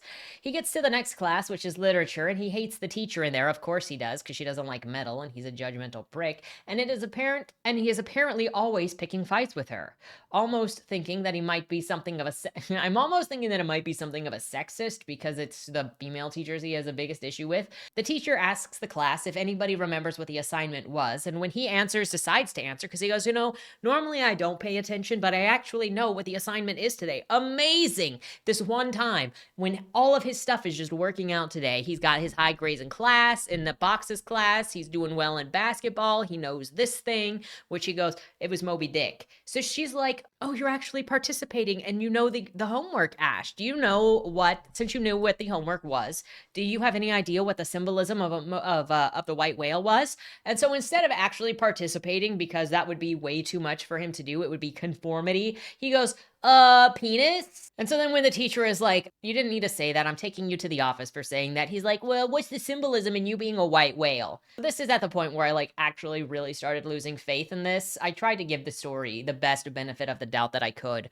But when you take this student to the office, who's apparently been a problem child for years, probably since he moved there, if he moved there in the 3rd grade and he is only in the 7th grade, and he was held back 2 years, I don't know. If he has been a problem child the entire time, then how is him going to the office, getting yelled at until the principal is red in the face, even a thing? It just reminds me of all of the stories where the main character is going up against somebody who is theoretically powerful, or it's the same thing that happened in Fenna's story where you have somebody who ideologically challenges you, but so you don't agree with what they say, so instead of actually answering and creating a character who is believable, who is mature, who can respond on equal footing, you make them a straw man who can't respond at all, who loses their mind, who starts stuttering. And that's what this feels like. As the principal at this school, who is apparently not used to dealing with problem children, who apparently is not used to dealing with this student who's been in his office multiple times, he just gets told that he's screaming and spitting until his face is red, and then he gets sent back. It just fell into the trope of any baddie in a poorly written YA fantasy where the baddies are all brainless bigots who don't know anything. When he gets out of the office, he meets Carlos outside, where they're pulled aside by the jocks who call them faggots and then pull a knife and try to make him kiss until the dean shows up and asks them what they're doing and if they're all going to the sports game. Obviously, apparently everyone in this is either homophobic or racist as a bad guy coding instead of just being anything or being purposeful in any way. I don't think that there is any deeper meaning to this, and as I completed the story, there wasn't. It was just literally everybody who didn't like the main character was either a racist or a homophobe, and every time they showed up, they were dropping slurs. Yeah, it was also during this time that I'm asking where the ghost tower went, where the stories of the ghost tower went. Do we even remember that this book was about ghosts after all of that setup? Carlos and Ash have their own comeback for when the jocks mess with them. Quote, yeah, remember to wear rubbers. Oh yeah, it doesn't matter with fags, never mind, came Otto's voice from over his shoulder as the group departed. After brushing back his hair with both hands, Carlo rubbed his face and voiced his frustration, looking like he'd just been dropped onto a strange new planet. Fucking assholes. If you think about it for a second, I said, it doesn't take too much imagination to see that they're the ones who are secretly wanting to stick each other with. I mean, those remarks came out of nowhere, unless they are already thinking that way, but don't want to admit it. This comment seemed to reinvigorate him and made me feel better too. It brought us a little much needed confidence after yet another degrading confrontation. No doubt about it, the interaction that we had just endured with Bryce's brigade had just taken a turn for the weirder. Straightening up, Carlo put on a brave face. So, still on for 4, right, man? Hell yeah, hombre, and prepare to lose. As Carlo turned and walked a little ahead of me, I heard him mutter, I hope not, in a way that I knew had nothing to do with video games and everything to do with our precarious position in this school, which also doesn't matter. It's not going to come up. If you think that this comment between the two of them is ever going to mean anything, their relationship with the jocks, the comments about the homophobia, none of it is going to mean anything. It's just everybody in this school is bad except for the nonconformists, including the nonconformist teacher, Mr. Box, who is never going to come up again, even when you'd think like, oh, this kid is showing up at the house with bruises because he is getting beat up. Oh, the teacher whom he likes would actually possibly notice that he's covered in bruises. No, nobody says anything. Nobody. To finish this, he likens his confusion as a teenager to the fog of war, but it's the fog of youth. Assuming, I guess, that nobody else around him was also struggling with identity or fitting in or any of the things that he was struggling with as a youth. Ash is later thinking about how Allie smiled at him and that this would be a great start for their relationship, but it's not.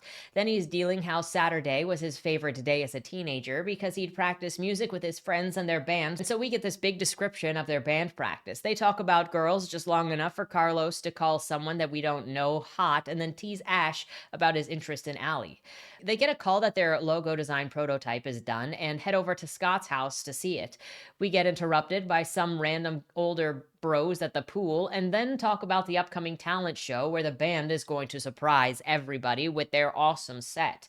Now everyone is getting mopeds, and Ash and his friend Carlos specifically get Vespas because no one else has them and they're going to be nonconformists and the coolest. Of course, I guess this also tells us that Ash's family is fairly well off since they're getting their 15-year-old a moped despite his history of criminality. His parents really seem absent from his life beyond affirming him and giving him everything he wants when he's at the house, but kind of then just letting him run free. Then we switch over to preparing the band for the talent show, figuring out what 2 songs that they'll play, with the only break in these preparations to give an aside where the bullies confront him outside, mock the mutual taste in music, stole his cassette, and crushed it underfoot. Why it was another confrontation with the bullies necessary here, it doesn't turn into anything. It's just more pointless victimization. Ash believes he and his friends are the most unique people at the talent show and that everyone else there is doing it for the wrong reasons. They're just doing it to put on their resume, they're doing it to look cool, but Ash and his friends are doing it to genuinely express themselves and that their music is the only music that actually matters. They're also pretty sure that they are the best ones at the talent show, but they're not going to win because they're not preps, and the preps are obviously going to beat them out because the preps are popular. Ash's mom checks on them while they're practicing, and then once she leaves, he and his friends get high before they continue practicing their music. Somehow she has no idea that her son smokes pot or cigarettes, as if the smell doesn't stick around. And I mean, kids can get away with a lot of things, but you're literally smoking in the house, in the room that she is coming in and out of with snackies, and she's not. And it says that she doesn't know. Quote, opening it, my mom greeted me with the friendliest smile imaginable and held out a plate of sandwiches. The smile drew attention away from her eyes, which were scanning the scene for any telltale red flags like cigarettes or the odd joint. Trusting me too much created a blind spot in my mom's perception, often causing her to edit otherwise strong circumstantial evidence like our red eyes. Once she deemed all was fine, she set the plate on my dresser. So she's theoretically, knowingly ignoring things because she trusts him enough. The dude is spoiled rotten, that's for sure. Also, they briefly talk about Allie and how she's obsessed with her reputation and will never go for someone like Ash because she's a stuck-up bitch. So, like, that's a great way to have this relationship, to start this relationship, to talk about how they should be together. It's just like, oh yeah, she's a superficial bitch. You're never gonna have a chance because she's just superficial. You should give up on her. But didn't you say that he was interested in her because she was so unique and so original and so fearless in being herself? But now it's like, no, she's not. The talent show comes around, and the preps doing the more generic set for their performances, whom Ash assumes would just win because they're popular, and they're all actually nervous, while Ash and his friends are like, psh, we're not nervous. What do we gotta lose? Nothing. They do their performance, and of course, despite assuming that they are not popular and that everybody hates them, they get the biggest applause in the entire thing. The next day at school, everyone is walking by them, praising them for how amazing their band was, but also, of course, they didn't win. The preps win because the preps won because who else would win? But still, it's everybody being like, bro, you are the coolest. And now he uses this to approach Allie because she thinks that he's cool and is like, hey, you want to go to the abandoned lighthouse with me? And she's like, bruh, I'd love to go to the abandoned lighthouse with you. They pick a day and then they're going to meet at her house and then moped to the lighthouse together. He calls closer to that time where her dad then answers the phone and he says, hey, I'm just trying to talk to Allie. And the dad's like, oh, okay, whatever. Yeah, and then he hangs up because Allie's already on the line. Dad doesn't ask any questions whatsoever. And then he gets to Allie's place on his moped and she opens the garage to give him a helmet because he said he didn't want to wear a helmet to mess up his hair. But she's like, bro, if I have to wear a helmet on this, you have to wear a helmet on this because we're both going to have messy hair. And so then they both wear helmets. And again, dad isn't there. Dad doesn't see his daughter off. Dad isn't like, hey, what are your plans today, honey? Where are you going? Because you would think that he just might. And you might be like, but her dad might be absent. No, they're going to get back from the lighthouse. And then her dad is going to be freaking out and telling her to get back in the house. Where the frick have you been? Get away from him. So like, a boy called to speak to her specifically, and he didn't ask any questions, but then is going to respond like that when a boy shows up with her? Doesn't seem to make sense to me. He takes her to the lighthouse and that special island where the lighthouse is on and says that if you imagine something on this island, it seems to happen. It almost feels convenient to just have all of the circumstances be perfect in this situation because as he walks around the place, he's like, oh, and there's a super rare bird, and there is a super rare monkey, and there is a super rare horse that nobody knows is here, but they're almost extinct, but they are on this island, but nobody knows they're here. And if you just think about it, and look, the stars are so amazing because if you just imagine it, then the circumstances are perfect. And I love this idea of this magical island that like holds on to just casual mysticism and then it can become whatever you casually imagine it to be. And they don't really know that, but that's not really used as anything in this story. It is only used to create a very perfect setting on their dates. The paranormal stuff it doesn't matter. At the island, Allie and Ash bond, and she mentions how Ash called the gym teacher a communist for asking him to put on gym clothes. Quote, you and Carlo cracked me up a couple of weeks ago. Miss Burns got all angry and called you guys communists because you weren't wearing gym clothes like everyone else. And you told her not dressing out was the opposite of being a communist as you were expressing your individuality. She laughed. Then you said that she was the communist for wanting everyone dressing exactly the same and doing exactly the same things.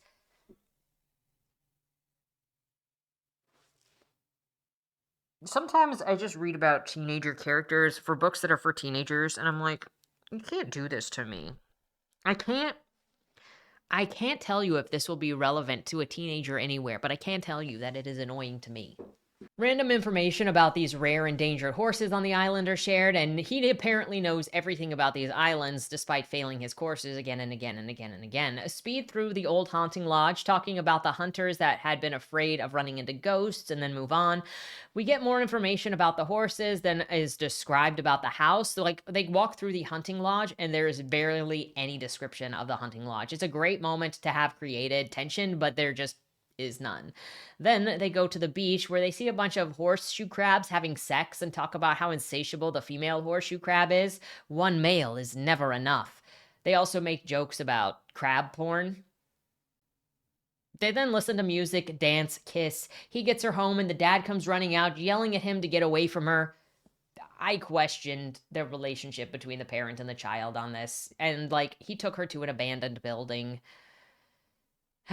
There was no grilling. There will be no grilling. She's not going to answer. Like, they're not going to stop seeing each other. They're going to see each other in secret and nothing stops them. Again, a YA trope of, like, forced circumstances, but they're not believable. Anyway, after all of this, he heads home and he's in a really good mood. The next chapter starts with, quote, riding at speed away from Allie's seething dad made me feel like one of the protagonists from Easy Rider trying to escape taunts of close-minded small-town locals in a rural outpost. Come to think of it, I was doing that, except on a Vespa instead of a Harley chopper. It was like this character couldn't even try to care about other characters. He's just so judgmental.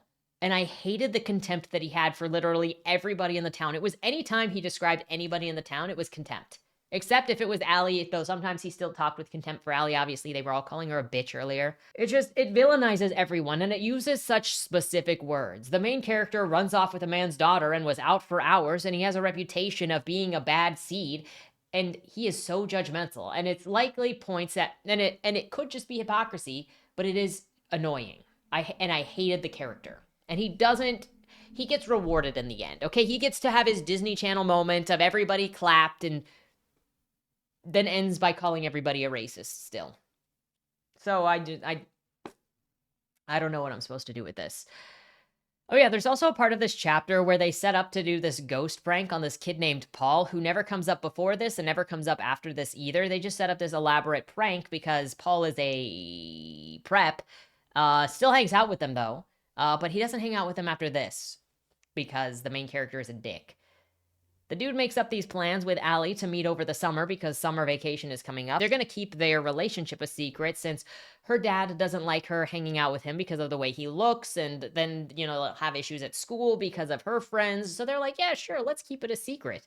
At school, he's a jerk to a teacher again for no reason, walking in late to class, disrupting everybody, not having any of his school gear, insulting the teacher, smacking the chalkboard. So then he gets sent to the office. He gets a punishment and worries about how he'll even make his plans for Allie since he's now being grounded or given extra stuff after school. But don't worry, it doesn't interrupt anything. I don't know what the point of it was because he just skips the punishment and it's not relevant to the story. He's literally just being disruptive to be disruptive and then gets away with it. So it's like, maybe you deserve to be beat up. Like, Quote, with far clearer picture than I had, my parents knew that my often rude, immature behavior was an attempt to be acknowledged, a reaction to the predicament I found myself in. They both sympathized with me and understood better than I did the adverse long-term repercussions of having to contend with the powers at school who held strings that could be used to bind me. The most extreme form of this control had been exercised on the 2 occasions that I had been held back. From my bound position, it was nothing more than punishment, and far from the beneficial measures they presented it as. In practice, the remedy of holding me back to allow me more time to learn served only to humiliate me. My dad's suggestion that I be tutored after school in the class that I had difficulty in was rejected as logistically unworkable. That refusal brought into sharp focus that I needed more of what my classmates didn't, and therefore was far removed from a remedy as possible. When I fought against my predicament, I was perceived as acting out for its own sake, making a struggle as effective as a horse kicking his stall. Naturally, my mom was upset with his latest offense, which she had made clear by leaving the pharmacy early to meet me when I was home. But her words were easy to tune out. I might have appeared to be listening, but I was off again with my free-roaming ADHD. I first replayed an Anvil concert that I'd seen in Savannah a few months earlier. Then I retraced my weekend climb up the spiral staircase of my rusted Lighthouse.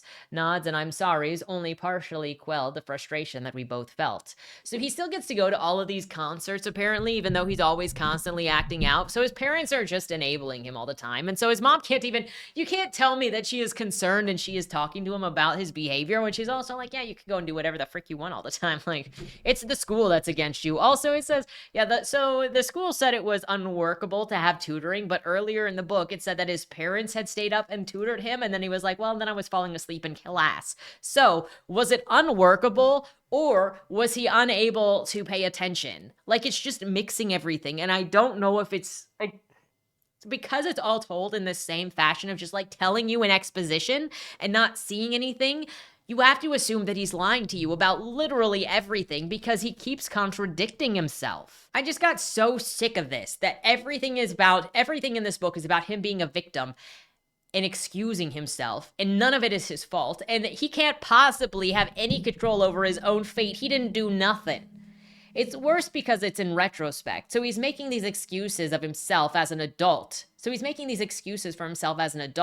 Or wherever it is he's looking back from. His dad talks to him at home about the trouble that he's getting in at school and says that he and Ash's mom are here to help him. If he needs anything, just ask. Too bad the dude likes being a martyr, so he's never going to ask for any help. Also, he's starting to feel upset that Allie won't acknowledge him at school, but he also thinks that it's kind of sexy to be secret. Well, I think that you can make those things play off one another where it's like trying to cope with a secret relationship. It didn't do it here, and it felt like trying to have his cake and eat it too. too. It's now time for the prank at the lighthouse that they planned against Paul, and the boys are all creeping through the lighthouse. At the end of everything, Paul is fine. They all laugh. He eventually joins in laughing. It says nobody is mad. And then Ash talks about how they only kept Paul around to bully him, but they didn't bully him as bad as the others. And Paul never hung out with them again. Quote, Paul even timidly joined in, laughing as if the joke hadn't been centered exclusively on him, entirely at his expense. Just like any group at school, ours could close rank with amazing speed and the same prejudice as those groups that abused us. Most friends are peripheral, chosen to occupy spaces that beg to be filled. Paul was a peripheral to each of us for different reasons, providing a diversion and an outlet for pent-up frustrations. Except for Carlos, none of us had ever been outwardly antagonistic towards Paul in the way that the school jocks commonly were to Carlos and me. But Paul always seemed tentative with us, unsure how far he wanted to step into our world, and that tentative rankled. The prank was simply a laugh at Paul's expense, nothing more, nothing less. Harmless fun, we all assumed. I suppose that, to an extent, Paul had indeed passed the test. But even before the following school year, he left the murky waters of our wake and moved back to terra firma. Carlo and I saw him hanging out in the sheltered harbor with members of the school's tennis team. When school began again, it was no surprise that he'd joined the team himself. We would nod at him and he'd nod at us, but both sides had discarded the experiment of friendship. Were some, or all of us, to blame for not meeting the other person on the foundation of a solid middle ground? Yes, but at the time, we just thought that the prank had drained all the allure of our group from Paul's system. From my perspective, the gag had concluded successfully with the feeling that it had done little harm. Innocent fun at Paul's expense was how Carlos and I filed it away, laughing about it when it would occasionally come up in conversation. As an adult, I find it hard to believe this is how I rationalized it at 15, because the carefully planned cruelty very well might have the same effect on Paul as my lingering memories of my tormentors on me. Now, if you think that this is, hey, he's having a realization about himself, maybe this will mean something in the future of the story. No. If you think that he's ever going to apologize to Paul. No. Which, whatever. This is looking back. But that's where that retrospective ends. Allie is now coming over to hang out with Ash at his house. Mom and Dad have no problem with this, despite his failing and causing trouble at school constantly because they are coddling him so hard. He has this date with Allie at the Lighthouse, and it goes perfectly, and they tell each other, I love you, because it is so perfect, and they're teenagers, and they're so full of emotion, and it's so perfect. He's overlooking how he said, I love you, thinking about how kids overlook these magnitudes of these things that they say, and thinking about how special his relationship with Allie actually is. He gets into a fight with his friends and his bandmates because they find out that he's been dipping on them and lying all summer to go out with Allie instead of hanging out with them. If you think that's going to cause permanent damage, it's not. It's all told in summary, so it's like, what am I supposed to be feeling? After Ash's most recent date with Allie, they run into some of the bullies who beat him up and walk off with her. She doesn't defend him or anything because they have to pretend not to know each other or not be friendly with one another.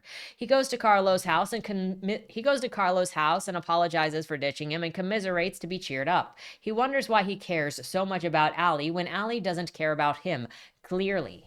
Quote, on the other hand, Allie remained a frustrating conundrum. She hadn't said anything to Otto or Trey, not one word. Then she'd left with them as if they had rescued her, as if everything that they said about me was true. Knowing all this, I wondered why it was her and not me I was concerned with that moment. Girls were as mysterious as the ocean's darkest depths, and my toes had only just dipped into the foam of the waves breaking on the beach.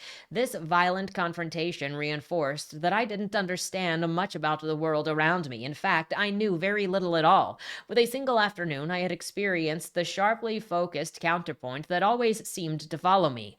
Just as my antagonists at school had muted the sparkling glimmer of hope and joy that came from steaming broth to the stage, they also snatched away the treasures that I held with Allie, taking the little confidence that I held with them, to remind me that I should only cheer up so much before I meet a dark, but just as richly colored, saturated, disappointment. And they go on a date again using the backside of the town to hide from their friends, but they run into Allie's other friend, Phoebe, who greets her, and then they go inside Phoebe's house and Ash has to go home alone. She later apologizes for ditching him, and he's upset about being ditched and feeling unimportant, like a secret, but he forgives her and flirts with her immediately again. At school, he runs into the bullies again, and this time he runs into them while they're with his girlfriend, and they call him a pervert because they keep seeing him follow her around, and they're like, why the frick are you following her around?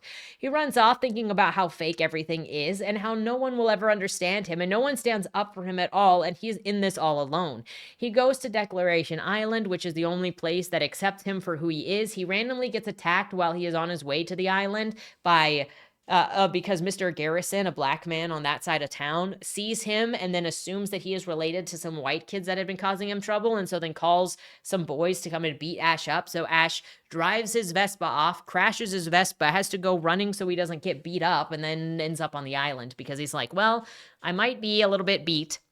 I might have a broken Vespa, but I came this far, so I'm going to go to the Declaration Island, and then when I'm done, I will call my parents to come and pick me up. He explores the island and then rests until he is recovered, climbs the lighthouse, and passes out. When he wakes up, it's nighttime. He's freaking out about everything around him. He sees this glow, and he's like, oh my gosh, it must be a ghost, it must be a ghost, and he screams, and he goes running. It's funny that the ghost only appears to prove that the haunting is real, though I kind of think that he was just high and stressed out. She doesn't do anything, BT dub. She just shows up and she goes, ooh, and then disappears. That's the extent of the ghost. And it does say that she makes an ooh sound, which could just be an owl, let's be real. He runs away, escapes, walks around to the mainland from the mainland from the far side of the lighthouse because the tide has come in, so he can't cross the sandbar to get to land quickly. And then once he is on the mainland, he can call his parents to come and pick him up. They drive over to pick him up. Within 2 pages, we're told that, oh my gosh, now I know the legends of the lighthouse is true, in very, very similar words that I think it felt like a typo to me. Like it was the realization was meant to be there, but it got moved, but it didn't get deleted from an earlier one because the words are so similar, and it weakens the realization reference by having it twice within 2 pages. At home, he finds out that his mom had called all of his friends when he had been missing. He doesn't really say what happened. He doesn't want to talk about it. And Mom is like, we called all of your friends looking for you, including Allie. But then when we called Allie, we got her dad. And then her dad was like, why would I know where he is? Why would we know where he is? He's got nothing to do with my daughter. And so he feels like that's also a betrayal, but he knows that he's been sneaking around and keeping this from her dad. So it's like, how would you can be hurt, but how were you surprised that dad doesn't know you because you've been hiding this thing the whole time? He goes into his room and cries about the situation. He is taken care of by his parents as he is crying, fed, his wounds taken care of. His mom washes his outfit and makes him chicken tenders. He talks to Allie on the phone, agreeing to meet up with her to talk about things. And he also tells her that he saw the ghost of the blue lady in the lighthouse. And she's like, wow, that lady wanted you to see her, and that island does make dreams come true. Mom and Dad are just letting him go out doing whatever he wants to do despite missing. They don't bother him for information about what happened. They don't ask him where his Vespa is. They don't even give him a curfew. They're just like, yeah, whatever. Enjoy, whatever. And this is in regards to him going to meet Allie at a pool at a club, like a club living situation that's near Tad's house, because that's where they're less likely to run into anybody who knows either of them, and they're going to be able to discuss their issues together. He's on his way out listening to Black Sabbath for what feels like an attempt at a parallel thought to reality. Quote, however, I found it appropriate that I was wearing my Black Sabbath Heaven and Hell t-shirt because a looped soundtrack of that album title track had been playing in my head all morning.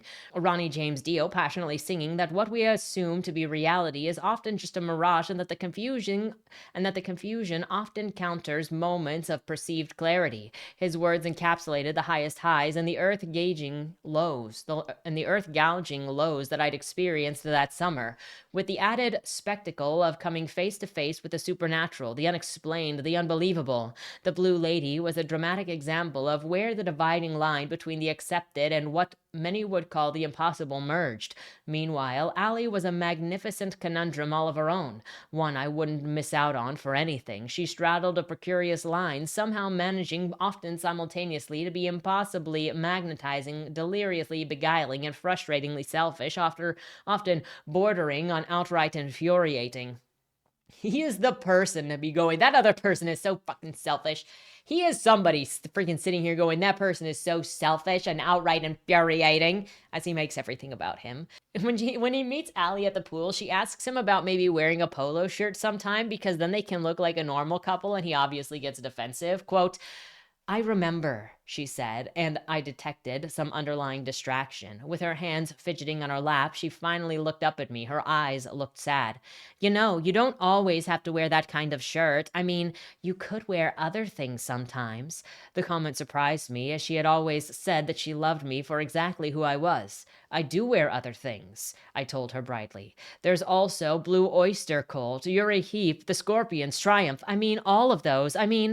Why can't you just wear a polo shirt sometimes? I did that once, I told her. Nathan, you know Nathan, he said the same thing, and I cut out that little horse and jockey logo. No, wear it without cutting anything off of it, or being a smartass. Whoa, sorry, I didn't realize that we were meeting so that you could give me your fashion tips. Should I cut my hair too? Well, why not? Her answer stunned me. Then we could be a normal couple. Rolling my eyes, I couldn't help but let out a snide laugh. A normal couple? Why? What's the fun in being normal? She shot out of her chair, her face creased with anger. Plenty of things. I'm normal, you know. My friends are normal. Placing her hands on her hips, she leaned toward me. And if you were normal, we could do things like other people do. Oh yeah, like go to the movie theater and the arcade, huh? With new super friends like Brett and Andrea, maybe? Folding her arms, she angrily turned her head. Shut up, Ash. It's not like you've ever tried to make friends with my friends. Really? Are you serious? When I started going to school here, I sure did try to make friends with the people that you call friends. They either ignored or made fun of me, you know. Just like yesterday when your chums, your superior friends, made themselves feel better by fucking with me. Yeah, super cool friends you got there that you can only make themselves feel better by ganging up on a dude just minding his own business. By just blindly going along with what your friends think, you're not really better than them, are you? I didn't want to be so blunt, but anger was putting words in my mouth that I'd been relatively successful at keeping from my mind. Stop talking like you're superior, like you're better than everyone. You're so dramatic. Like your friends' opinions are any better. Think about it. Stop being a crybaby. I stood up and grabbed her arms. I'm dramatic and a crybaby, huh? I can't even get support from Principal Broadbent or Dean Knight. Once when Carlo and I were being hassled by your friends Otto, Trey, and Bryce, Knight walked by and said that he hoped to see all of us at a pep rally. Like, open your eyes, the drama is real.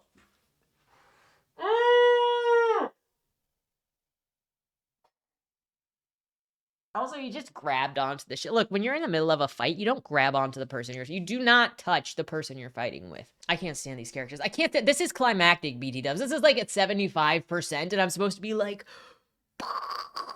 wow.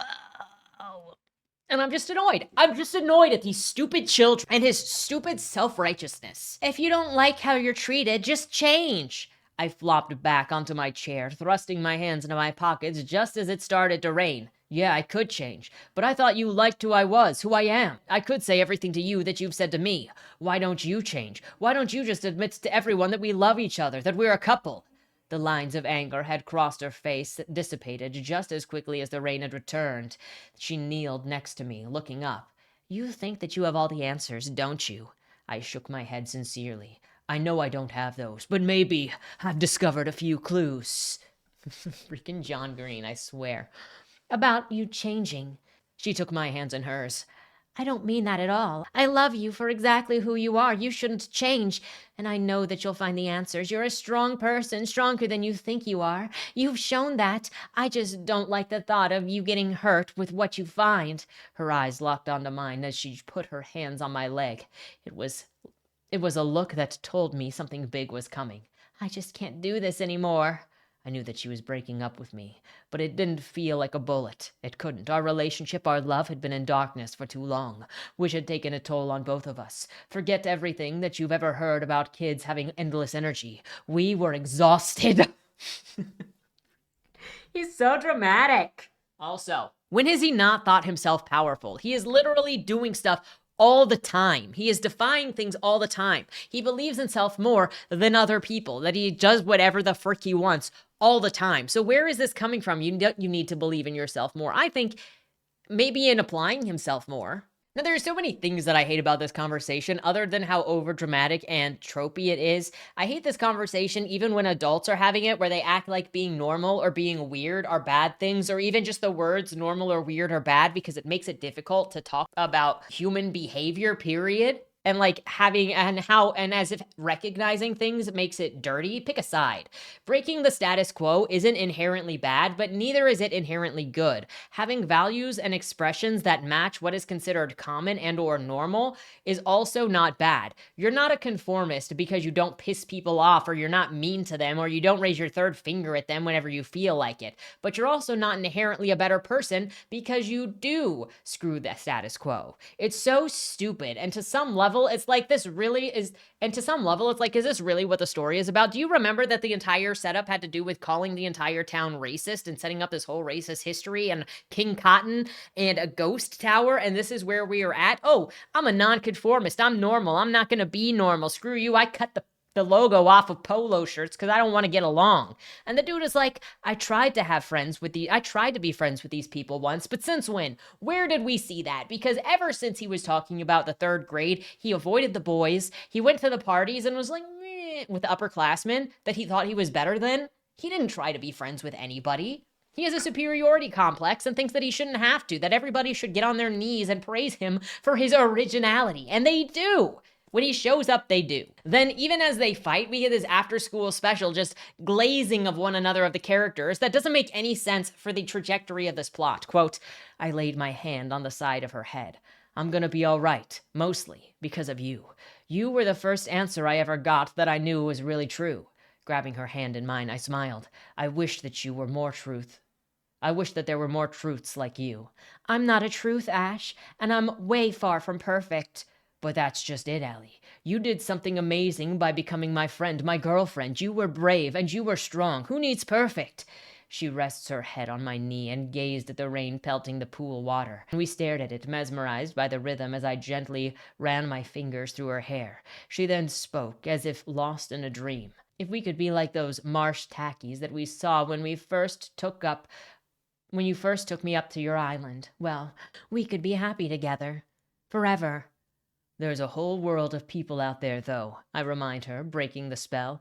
But you're the first person who helped me change how I see things. I really don't care anymore if people see me as weird or ugly or different from their idea of what normal should be.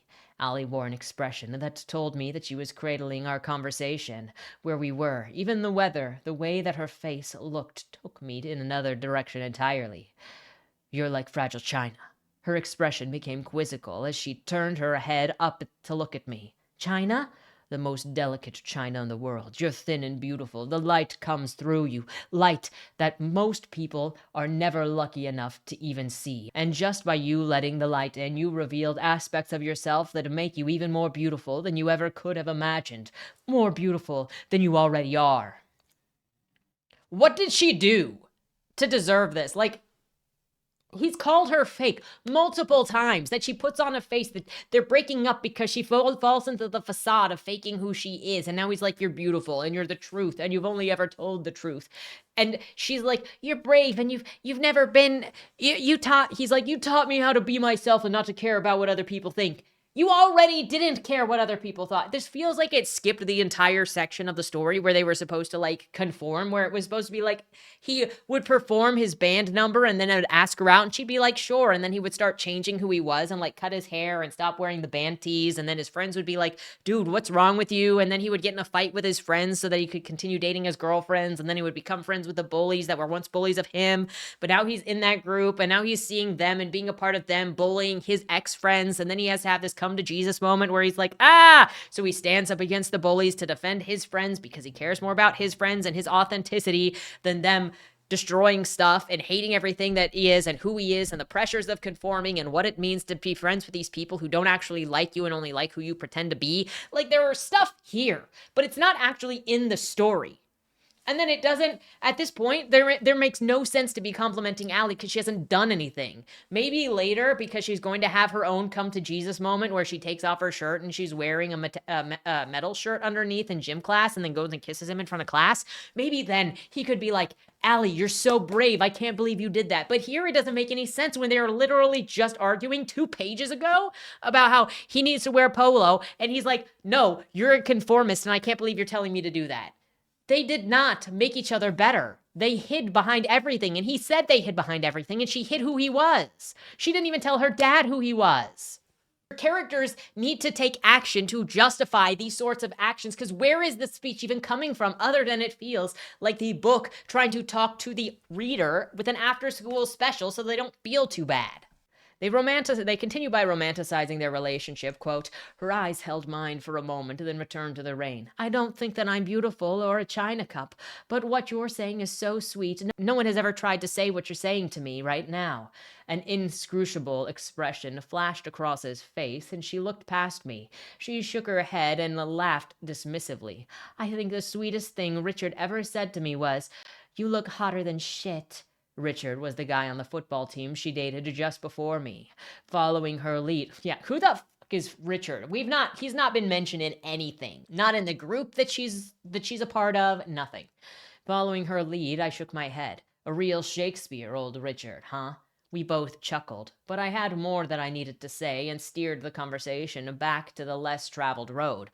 I'm trying to say that what you have inside of you has helped me to see myself a lot clearer, the world around me a lot clearer, and I mean we're opposite and have our own ideas on how everything should be, but we have decided to take a chance, and even though I was really nervous at times because damn, you're a pretty girl, I was always excited when I knew that I was going to see you. I mean, even just hearing your voice, I'd sometimes pinch myself to make sure that I wasn't dreaming and then smile when I was convinced that I wasn't. When we took that risk together, it wasn't for nothing. We changed. We made each other more than we should have. We made each other more than we were before. Allie watched me closely as I spoke, even bashfully smiling when I mentioned how pretty she was. But I kept myself from being drawn too deeply into her eyes to keep mine from releasing tears. I like how you put that. She looked back at the water. It's like I'm thinking something and you put it into words. I wouldn't change anything that we've experienced together for the world. I guess we both learned something. I agreed, but I had less to lose. You're too damn cute to have to sit by yourself in school. Since when is she sitting by herself in school now? I also think that something that this book needed to do and would have done better, especially we'll get to what the synopsis says the story is and how it has the ghost thing proposition next to this girl. I think that the inciting incident of this story should have been the first chapter that has to do with the concert, maybe, or the talent show. Maybe make it the second chapter if you need an extra setup. And so then have him talk to Allie very early on, and then she is the one that he takes to the lighthouse, because he wants to show her the lighthouse, because his friends all know that he is obsessed with, the town history and the lighthouse. And then they go to this island together, and them being on this island, they slowly discover stuff there. But it's also because the island takes their imagination, as the book says, and it reveals things to them by having their open imagination. And he's already got an open imagination, obviously, by the way that he is, obviously. And it invites her to start being more open-minded and more open-hearted and more creative. And so then they start investigating the ghost rumors and the haunted lodge and all of these things, Mr. Gibbons, and they'd start finding clues of like who used to live there. but also see all of these amazing things that opened her heart and started to get her to be more excited, to be more open, that started making her feel more comfortable into being herself, so that she started showing more of herself at school. And so then she started getting mocked and belittled and berated by her friends at school. So then she had to start like pulling back, because then that would have showed her through him to be braver, to be herself. And they could have actually started coming together, where he was maybe dressing different when they were at school. She was starting to come out a little bit at school. It depends on where you wanted to take this, but there were multiple directions that you could have gone. That also, if she was leaning into him and hanging out with his group and being honest with the group, and now she was sitting alone or whatever, it could have played into this with the interactions of the characters, but it's not there. And then they have these speeches that don't mean anything because you didn't see any of this in any of the story. Honestly, if he had started changing himself even to be like, with so many different directions this could have taken, and the one where he starts conforming to Allie and her friends to start fitting in more, that could have then made more sense as to why Mr. Garrison thought that he was involved with the other kids that were assholes, because he was dressing like them. And so he was looking and walking around with them. And so then it was the assumption that he was related to them. So there are different things throughout here that could have been used in different directions, but none of them were used. And instead, you've got a bunch of random things that don't really connect, that mostly just victimize him, and then an after-school special speech between their breakup. He just got done calling her a poser and they're breaking up, but he wants to say how special she is. They both decide that they are too strongly themselves to be together, and neither should violate their identity. Again, which would have made an argument for why he should have been brought in to conform to her a little bit. She should have been released to give in to him. And it still could have also had the actual struggle of the social positioning, where he was being brought into hers and she wanted to be more freely open, but had all of this pressure to perform a certain way to be accepted within her social class, and too afraid to be herself, which would have played into the theme, the theoretical theme that keeps pushing forward. Quote, "I didn't blame her then, and I don't blame her now. The will of the tides is a force that affects all creatures unevenly. I had seen the tides divide the islands, forcing me to choose one side or the other. Yet just below the waves rolling inexorably in were other creatures who found no resistance, merely a freedom to cross with ease to another place they desired to be, and I hoped one day to find a way to navigate the world with the same freedom. Walking through the gate myself, I felt soothed by the rain. It was one of those brief late summer cloud bursts that seemed to contain in its brevity all the promise, emotion, and exhilaration that had marked the short time Allie and I had been together. A relationship had been born out of circumstances that, for me, mirrored the storm that I was walking through. Both storms would again settle into silence, but only after their charged displays had altered their surroundings, the rain softening to the ground that often felt so hard and unforgiving, drawing the eye to spaces otherwise kept in the darkness, through the glistening drops that caught the sunlight breaking through, restoring and refreshing the appearances of everything that otherwise often tricks one into believing that all things are immovable and permanent. That storm, that beautiful storm, seemed to mirror Allie and me, and I wanted to experience every nuance of it before it too passed forever." He's thinking about his whirlwind relationship with Allie. Quote, "I imagine some teachers would have been more happy to conjure up a string of failed relationships if those might help me in line. When it got right down to it, I had to face the fact that I was deflated after Allie and I had separated, and that slide had tamed some of my more obnoxious outbursts. I wasn't unreasonably sad or depressed, I was just flat. I wish that we'd seen him behaving differently in school while dating Allie, because then the teachers wanting to set him up with these dates so that he would behave would actually make sense. But we didn't actually see that. We didn't see him dressing differently. We didn't see him acting differently. He didn't imply he did anything differently, which again makes it really weird for him to be saying all these things about how he acted differently while he was with Allie, when we literally saw him acting exactly the same and making the same stupid excuses. I don't understand where this is coming from. It feels like I'm being gaslit and I'm missing a part of the story. This would also make sense, again, going back to the choices this could have made, if he was pretending to be somebody that he wasn't, just to fit in, cut hair, whatever. And then he goes back to his normal self and he puts on freaking eyeliner and he messes up his hair and he doesn't slick it back like he should. And he's wearing his metal shirts again. And then the teachers are like, "Oh shit, he's back. Hey, why don't you talk to Emily?" "I don't want to talk to Emily." It's great. And then he could go and make up with his friend Carlos because he dumped them all to conform to his girlfriend and his girlfriend's social class. But it doesn't matter. He meets with the boys. There's no issue with the boys. They didn't actually fight. They didn't actually have any sort of issue. They like called him out on lying to them, but it didn't equate into anything. And they all just get back together. They all go to school, and he's immediately wearing a female band shirt because now he's allowed to openly idolize women again since he is no longer dating a woman. So that shirt is no longer stuck in the back of his dresser. And also it states that women in leather equals female empowerment, and girls wearing pink is anti-female empowerment, apparently. It's always good hearing a dude talk about the female empowerment of men controlling what women do and wear. Leaving school, he's confronted by the bullies again. Quote, "Hey, pot ash, where you going without so much as a goodbye, faggot?" He used that word often, reminding me of the weird confrontation he had engineered for Carlos and me in the previous year. Summoning all the courage I could pull from where I had lost myself, I blurted something impulsively without thinking of the repercussions. "That's funny coming from you, since it was you and your buddies who were so stoked to see two guys kiss." As I spun around, I met an unmistakably red, inflamed face. Yet I continued, "Why don't you get one of your buddies and give it a try instead of..." I guess that's the no you defense. The bullies decide that they don't want to listen to him, so then they grab him and they dunk him in some water and then they walk off. Like, that's all that they do. I don't even think it was a swirly. I do not remember him being dragged to a toilet and be swirly. It was just dunked in a body of water somewhere. The bullies walk off and he thinks, quote, "I feared the blue lady as I feared Bryce and Otto. But now the similarity had become clear. I feared her because she was unknown and for no other reason. I had treated her much as Bryce and Otto treated me. With that realization, I finally understood that they both feared me as I represented something that they could not assimilate into their narrow reality. Our legs can carry us only so fast and take us so far. Why I had not applied this logic in an attempt to understand the motivations of the ghost suddenly seemed ridiculous to me, and she undoubtedly was a ghost, but her reaching out to me was utterly human." Then he starts thinking about death and how he needs to go back to the tower to meet this lady and give her the piece that she needs or whatever.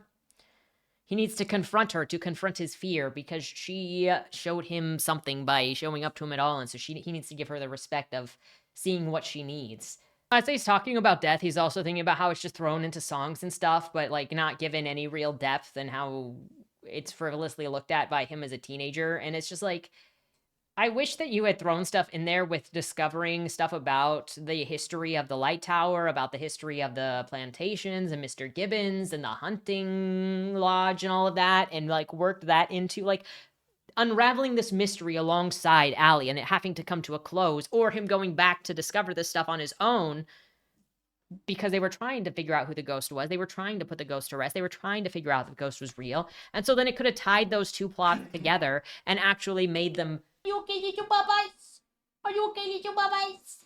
But it didn't use any of that to build in the complexity of the story. So he's returning to the island now, though Carlos is helping him cover, though Carlos is not coming because he's like, I need to go and do this alone. Quote, "Superstitions are woven into the lives of even the most level-headed people, even more so in places like Lagat's, where the darkness falls like an impenetrable black curtain and the lonely night songs of the whip-poor Will and Chuck Will widow cut through the thick, sultry air like the warning that the world is temporarily not ruled by reason or the living, erasing the order that holds sway in the light. The little rituals that seemed to bring luck in the past, like crossing one's fingers, would be repeated in the future with the belief that the hope for results would also repeat. Yet a vast segment of humanity refuses, at least openly, to admit to the belief in a ghost. For all the reasons that I had been drawn to the lighthouse on that specific day that she appeared to me, I now know beyond a shadow of a doubt that the blue lady, Charlotte Pauley, was as real as she had been when she was alive, as real as Mom and Dad, Allie and Carlo." Now, it's so bizarre here because he just knows the ghost's name out of nowhere. He didn't find any documents. He didn't look into anything. He wasn't told anything. It's just he starts monologuing, and now all of a sudden he knows the ghost's name. So again, it feels like we've missed something major so that he can just monologue, because it's getting to like the 80% point, the 85% point, and so it needs to circle back to the ghosts that it didn't do anything about and close out the story. As he leaves to go to the lighthouse on his own, he runs into the random bully Boykin, who is only mentioned as being an assistant in gym class. That's the only point in which he has been named before. And this is along with the coach of one of the teams at school, because apparently everybody in this town hates this kid, including all of the adults. Seriously. There is just a point when it is so over the top that it is laughable, and there makes no sense as to why it is like this. Like, it is such an extreme that I have in Bodymore Zero. Ralph is beat up by a lot of the angry spirits in specifically Baltimore, because I mean that's where he lives. But he has a soul that drives the corrupted crazy, and so they are drawn specifically like red blood cells trying to remove, like blood cells trying to remove a disease from the body, because he is so opposite to the spirit that inhabits Baltimore. So like there is a reason behind why it happens, and it's not even everybody that attacks him. But in this, there is no reason. It is literally just everybody except the one guy who's the teacher that also likes metal and his parents. Otherwise, everybody is constantly on his case and calling him slurs and beating him up for no apparent reason. And it is such an extreme that it is so laughable. So here is the coach walking up to him with Boykin, after Boykin and some of the other jocks have already mocked and belittled him and I think beat him up, maybe, I don't remember. Quote, laughter, now resounding like rocks rattling in a bucket, reverberated through my head. And then a voice came from further behind me. It was Coach White's. All right, come on, fellas. What's the hullabaloo all about? Nothing, Coach. We're just helping a guy who dropped his water, a voice answered. The circle around me partially opened as Coach White approached, hands on hips, and shook his head. Don't tell me we got new tryout here. Snickering and muffled laughter broke from the group. Sorry, fella, tryouts are already over. Once he saw who the reluctant center of attention was, his eyes brightened and he scanned his players. Might be gymnastics team, would be more your speed. You know, because they're all calling him a sissy. They ditch. Of course the coach is in on it. So they all leave. And then, wow, Abe shows up just in time to tie the loose end together of him being chased by Garrison's boys, because he says some of the white people, I think it was the rednecks, were harassing them. The rednecks that don't exist, but for this specific purpose. So he's like, yeah, the rednecks were harassing him, and he thought you were connected to the rednecks. So when you showed around, he kind of sent them after you to both get payback and to, like, send a message, but also to get even if you weren't, because you're white. So, like, there's that. But then I found your Vespa sitting in Garrison's lawn, and I recognized it as yours, and then I came looking for you, but I couldn't find you, and well, now you've got a Vespa, so I guess thanks for the Vespa. And I told Mr. Garrison that you're one of the good ones, so he shouldn't beat you up in the future. And so, like, that's all Abe shows up for, and then Abe is gone. So he continues toward the lighthouse. Quote, I needed to follow through with my plan, or I'd almost certainly be swept up in the narrow yet mighty stream that was my community's ritual and behavior. I now understood I needed to look deeper through the veneer of the narrative, engaging in the fighter response over flight, fighting only the conditions of fear that I'd been sold as the truth, even though the urge might be to run no matter which island I found myself on. By tempering that urge and my habitual tendency to lock away painful experience, I allowed tantalizing new frontier to magically appear, beckoning me with the light as bright as the sun. The strategy of the bury and forget that I'd settled for had only secured blinkers in my head, blocking the light from me that was just as much mine as anyone else's. Seeing more clearly didn't erase all scars, some of which would continue to surface decades later, no longer raw but tangible. Their reappearance reminding my older self that all imprints can or probably should be erased from the soul. Their reappearance reminding my older self that not all imprints can or probably should be erased from the soul. Those scars transformed instead into symbols of learning and harm allayed. In the lighthouse, he's conquering his fear and meeting the ghost. Quote, overcome with great calm and infinite peace, I step back inside the door, and I'm being offered a chance few ever were. The Blue Lady was there with me, and I had to act right then and sacrifice the opportunity to confront what people like Dean Knight or Principal Broadbent were mere superstitions and fantasy. An intoxicating feel of elation seized me, but was instantly matched by a wave of terror. All the stories, the folklore I'd absorbed, had formed images in my mind as solid as the lighthouse itself. It's so bizarre since we never saw anyone at school talk about the ghost, him talk about the ghost. He mentioned, like, to Allie and to Carlos that he saw the ghost, but, like, there was no reaction because it was all in narrative that it was like, and then I told them and they were like, wow. Actually, I think he only told Allie. So, like, now he's saying, well, nobody believed it and everybody mocked it, but We never saw any of that. So he keeps reporting on things that never actually happened. And if they did happen, they didn't happen in this book. Meanwhile, he initially said that her name, he initially said her name before coming to the lighthouse when he learned that it was Charlotte Polly, but then he keeps saying the Blue Lady. And he said that it was important to say her name because she was a person, but then goes back to naming her the Blue Lady instead. As he's staring into this woman's face, he sees all of this horrifying pain in her eyes, and then he just passes out. When he wakes up, he says that he just had the most like rejuvenating, quiet sleep that he's had in a very long time. He feels so good about himself, and he has had an epiphany of who the ghost that he was looking at was. It was not the Blue Ladies, you guys. It was absolutely not the Blue Lady at all. Please remember the prologue that we talked about 2 hours ago. Quote, "The previous night came back to me as if a switch had been hit. The spirit that I had confronted, had communed with, wasn't Charlotte Polly, the girl who had stood before me, radiating blue light, wearing a beautiful smile and a dress that was little more than rags sewn together, was definitely not Charlotte Polly. Her face I now knew with certainty. The message now transferred to my mind, to be uncovered upon awakening, like a tiny ember growing into a blazing light, that she had been a slave of a wealthy planter, Pierce Gibbons, a slave viciously murdered by his hands. A young girl, not Charlotte Polly, was the ghost of Declaration Island. Something within her spirit compelled her to watch over the forest marshes and vast empty beaches, perhaps to prove that understanding, calm, and beauty could triumph over blind hatred, terror, and dominion. She watched over all of the buildings that remained as well, including the lighthouse built years after her death, the ghost of a child. She was drawn to the long-abandoned lighthouse just as I had been." That's it. Like, that's it. We don't get anything about her background. We didn't get anything about her background before this. We didn't get anything about her before this. We didn't get any inkling about any of this. It just comes out of nowhere and throws it at you and goes, she is so pure and so childish and so beautiful and triumph and just came here to triumph over hatred and terror and dominion. What does that even mean?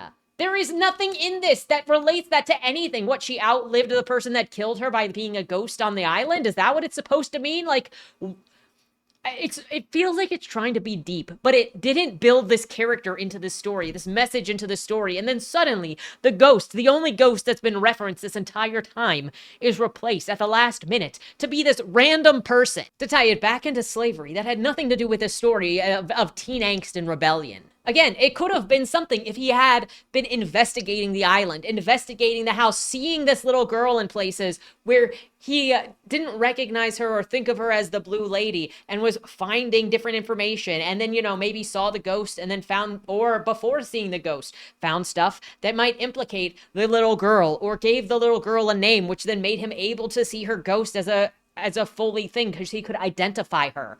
But so then she would have been leading them to find hints to her murder, to find her bones, to something like her lost bones that would then be reported, that he could then lay to rest and give respect and all of this and all of that, and put some of these anything, but just like throwing something random at you. I cannot tell you how much it pisses me off. And maybe I missed something. Again, I feel like I'm being gaslit here by stuff that wasn't in this book. But I cannot tell you how much it pisses me off to get to the end of a story, or anywhere in a story, and it just throws random crap out there, and it goes twist, and it's like, it's not a twist if you just make aliens show up at the end of a 19th century historical piece where aliens aren't mentioned anywhere. She just feels like a prop used exactly like Gabe, and it also pisses me off. They're not real characters. They're just props so that he can grandstand on you. He asserts that they needed to meet each other to give each other a second chance and empower each other for some reason. It doesn't make any sense because they didn't have any value in one another. They have nothing to do with each other. He returns to school and home, hugs his mom, saying that he is different now, and he just wanted to hug her. And she's like, "Oh my gosh, what came over you?" And he's like, "I'm just happy to see you." He tells Carlos about the ghost, and then they go to the basketball to like do gym and stuff, where they're taunted again by freaking Bryce and whatever the other guy's name is. Trey, might have been Trey, I don't remember. It doesn't matter. The bullies are all interchangeable. And so they're calling him a girl again, and he's like, and they're like, "Why are you even trying? Why are you playing? Why didn't we see them doing this the previous time when he was actually playing basketball in an earlier scene when he was just showing off?" Finally, though, since since Ash has conquered his fear of the ghost, now he's feeling super brave, so he confronts the bullies and starts going back at them. Quote, "You're one to talk. Have you looked at your own face lately? You scorched retina and shattered mirrors with it. You're a walking, talking pizza with extra pepperoni that someone just puked on." Timid, scattered snickering broke out of the bleachers, along with the small group that Trey was supervising nearby. Like the wick of a cartoon cannon just lit, I was moving toward the kaboom. "Your head's an enormous red zit that's gonna explode like Mount Vesuvius and encase all the unlucky locals nearby who won't be discovered for like 1,000 years, still frozen with the same expressions of agony on their faces that they had when they drowned in your pus." If nothing else, nobody could claim that I had never picked up anything in history class. The faint smiles of surprise and tentative giggling now erupted into robust, open-mouthed laughter, the loudest coming from Trey of all people. I felt that I was back on stage with steaming broth, a stage that had been only a few feet away from where I was standing, and just like that, to the broth's performance, I fed the palpable energy building around me. The smell that you're talking about is coming from right under your red, pulsating nose. It's called your face, your rancid pizza face that you need to do something about, like now. And so he's just getting angry. He doesn't even punch the kid. He doesn't shove the kid. He doesn't do anything. But he doesn't do anything, which none of the bullies had any problems being physical before. But now all of a sudden he's not being impulsive. And then because Ash is being so brave, this encourages Allie to stand up and be like, "No, I'm Lemon Mouth." And she opens her shirt, takes off her gym shirt. Underneath is this metal band shirt that he had given her the last time they saw each other. And then she comes off the bleachers and kisses him in front of everybody. And he's like, and then the teacher comes over and she's like, "Hey, you two, you need to not be kissing. This is gym. I don't even freaking know what to do with you. I'm a teacher of a freaking school class and I don't know what to do with teenagers kissing. And you guys, the bullies, of course you're my second eyes, my assistants in class, because of course they are. You're supposed to be my second eyes, making sure stuff doesn't happen. So we need to get to work." After this happens, Allie is missing from school for a couple of days, so she and Ash don't get a talk. And then on Friday, when she's at school again, she's avoiding him and only shows up at his house like the next day over the weekend or something to be like, "So I'm sorry for avoiding you. I just had so many feelings and I didn't want to start something up again because we had just broken up and those feelings were just coming back after what happened." So you kissed him. And then avoided him specifically. And then she's like, "Also, my dad just got a job in Florida, so we'll be moving." So she kissed him knowing that she was going to be moving, invigorated her feelings, and then was avoiding him. I'm not saying teenagers have to be great at making decisions. This is just so stupid. She doesn't even say, "Hey, let's be pen pals." She's just like, "I love you. You're so important to me. Your shirt is part of my soul now, and I'll remember you always. And maybe we'll run into each other again someday. Maybe, maybe not." Spoiler, it doesn't seem like they do. But why not be pen pals? Why not at least suggest they be pen pals so then they can fall off of the earth of each other eventually? Whatever. Yeah. He finishes this chapter by philosophizing at us some more. Quote, "All of us possess a hierarchy of moments. Two that reside near the summit for me are kissing a girl high above the world and within the chronicle blink of an eye, bathing in the light of a ghost. I've found it crucial to remember that the air that flows from the lungs of the creature supports the nature around us, moving without prejudice as we should too, never losing sight that although equally ethereal as people, we're equally capable of understanding that the core of our spirits is innocent." I don't know what that has to do with anything. Maybe I'm just dumb, okay? Somebody explain to the idiot what any of this has to do with anything. And the epilogue, nothing is really important about the epilogue. It's 2 pages, it's less than 2 pages, where he just talks about greedy people moving into this town and then building more places for rich people to live and ruining some of the landscape, and then the lighthouse becoming a historical location so it can't be broken down, and that the development in this area by greedy people is a new King Cotton. So again, saying everybody is racist when they're coming in, and that he is moving to Chicago with his parents. Oh yeah, that he moved to Chicago with his parents like the next year because one of his parents got a job at a pharmacy. So we didn't even hear what happened to his band or his bandmates either. He just abandoned them. And then the epilogue ends, quote, "The line that divides is often invisible, as are every one of the incredible things that make us who we are, revealed by the tide, a ribbon of sand appearing to let us know that the separation can be spanned. After all, we are created from the impossible and should always consider it reasonable to expect the impossible." The end. So, like, I like the ideas that are in here, but I don't think that they actually connect it at all. I think that it tried too hard. And then you've got the monologuing that doesn't seem to actually connect with the story of the characters, which just made it more annoying because you got this kid talking down to you and you're like, freaking get your life in order, you 15-year-old idiot. Anyway, let's get into the comments. Let's get into the separate sections really quickly. First, I want to talk about the synopsis because we need to talk about the written synopsis. Quote, "In 1982, on an island off the coast of South Carolina, the racism and ostracism bubbling just beneath the surface of daily life make it feel more like Jim Crow South of the 1950s. Cast into the setting is a 15-year-old Ash Howe, a boy who appeared counter to everything the locals considered normal. His hair is long, he loves heavy metal music, and he's socially awkward. The target of relentless verbal and physical bullying, he has, due to undiagnosed ADHD, endured being held back twice by an indifferent school system." Pause. So already this is set up with the entire place is racist and it's against him because he is also not normal and is also considering different races to be not normal. And so he is just as disadvantaged as the Jim Crow racial issues going on in the area, which also has nothing to do with the story. It shows up in chapter 1, chapter 2, barely, and with Abe, whenever Abe showed back up. But otherwise, it's just not there. It felt like a signaling nod. And you could have done something with that, but nothing was done with that. Neither was it like ever really justified the way that I understand that it's, oh, he's metal and they're all scared of him because he looks this way. But every teacher, every student, and it's the fault of them because he looks different and he has ADHD. Excuse me, are we pretending that he didn't act inappropriately in any of these situations? So that's where my issue comes with the synopsis, because the synopsis is outside of character. I can get over a first-person character making characterizations about themselves that are inaccurate because you will lie to yourself. You will not be able to view yourself objectively. But this is outside of the story. So this is the narrative. This is the synopsis justifying the character as being a victim and and his actions not resulting in the way that he's treated. The system was also not indifferent. It wasn't just ignoring him because it was ignoring him. We weren't given any evidence of that. He just assumed, oh, they're doing this maliciously in a year when ADHD didn't have a diagnostic criteria. Two girls further complicate his life. The first is Allie, who Ash has a huge crush on, but is part of the popular clique that makes her seemingly unattainable. The second is a ghost of a local legend that haunts a neighboring uninhabited island and its abandoned lighthouse that Ash and his friends use as a refuge.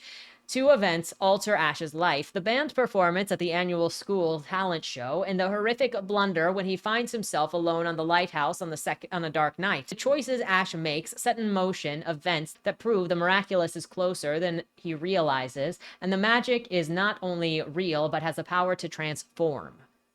So I think it feels like it's reaching to be something deeper than it actually is, because it didn't actually make it. There's no choice between two girls that complicate his life, because the ghost girl has nothing to do with his life. He just goes there to show up for himself. He doesn't do anything for the girl, which again is why I think that the story needed to curve the whole plot line with the ghost on the island, the ghost of the lighthouse, into his relationships instead of making it entirely separate. And it needed the inciting incident where he got with the girl much sooner than like the 40% mark where it happened, wherever that happened. And then the entire thing was just skipping through the summer where they were dating, when it could have been having them go to the island to discover things on the island throughout time, which would further complicate his life by getting him involved with this ghost who was leading him around and talking about this girl on the island. Like, the other issue with this story plotline for me in general is that this character was not active. He wasn't actively trying to accomplish anything. He was just going along with everything. We were just being told what had happened, and he didn't actually try to court Allie, try to change for Allie, try to change Allie for him, try to investigate the ghost on the ghost that he saw, the rumors that he saw, and something about something is supposed to be transforming, but nothing actually happened in this story. There is no real conflict. He doesn't really do anything to confront the bullies, to stand up to the bullies. He just kind of trash talks them behind their backs until he trash talks them to their face in the final chapter, and then gets a Disney Channel at the end. Going into the genre, I would call this coming of age, leaning on literary fiction. I can't even call it character driven because the characters don't matter. There's not enough to call it paranormal or supernatural to me. They just felt tacked on because until that very last section where he goes back and he looks at the ghost and then he passes out yet again, it could just be him being high, and until then it could just be rumors and having supernatural mythology in your story that is the same as having ghost stories in your town, but not necessarily believing that your town is haunted. The ghost stuff wasn't even in the story, period, until like 60% outside of the rumors and the backstory exposition that was in the first 2 chapters. Otherwise, it was all band stuff and teen angst. Leaning into this whole looking at her, I couldn't understand the depths of her hell. We had no reference for that because we had no connection to this character, who this character was supposed to freaking be, and she wasn't important. So again, like, he then discovers, oh my gosh, I had a realization. This was the slave that died at the hands of her slave owner.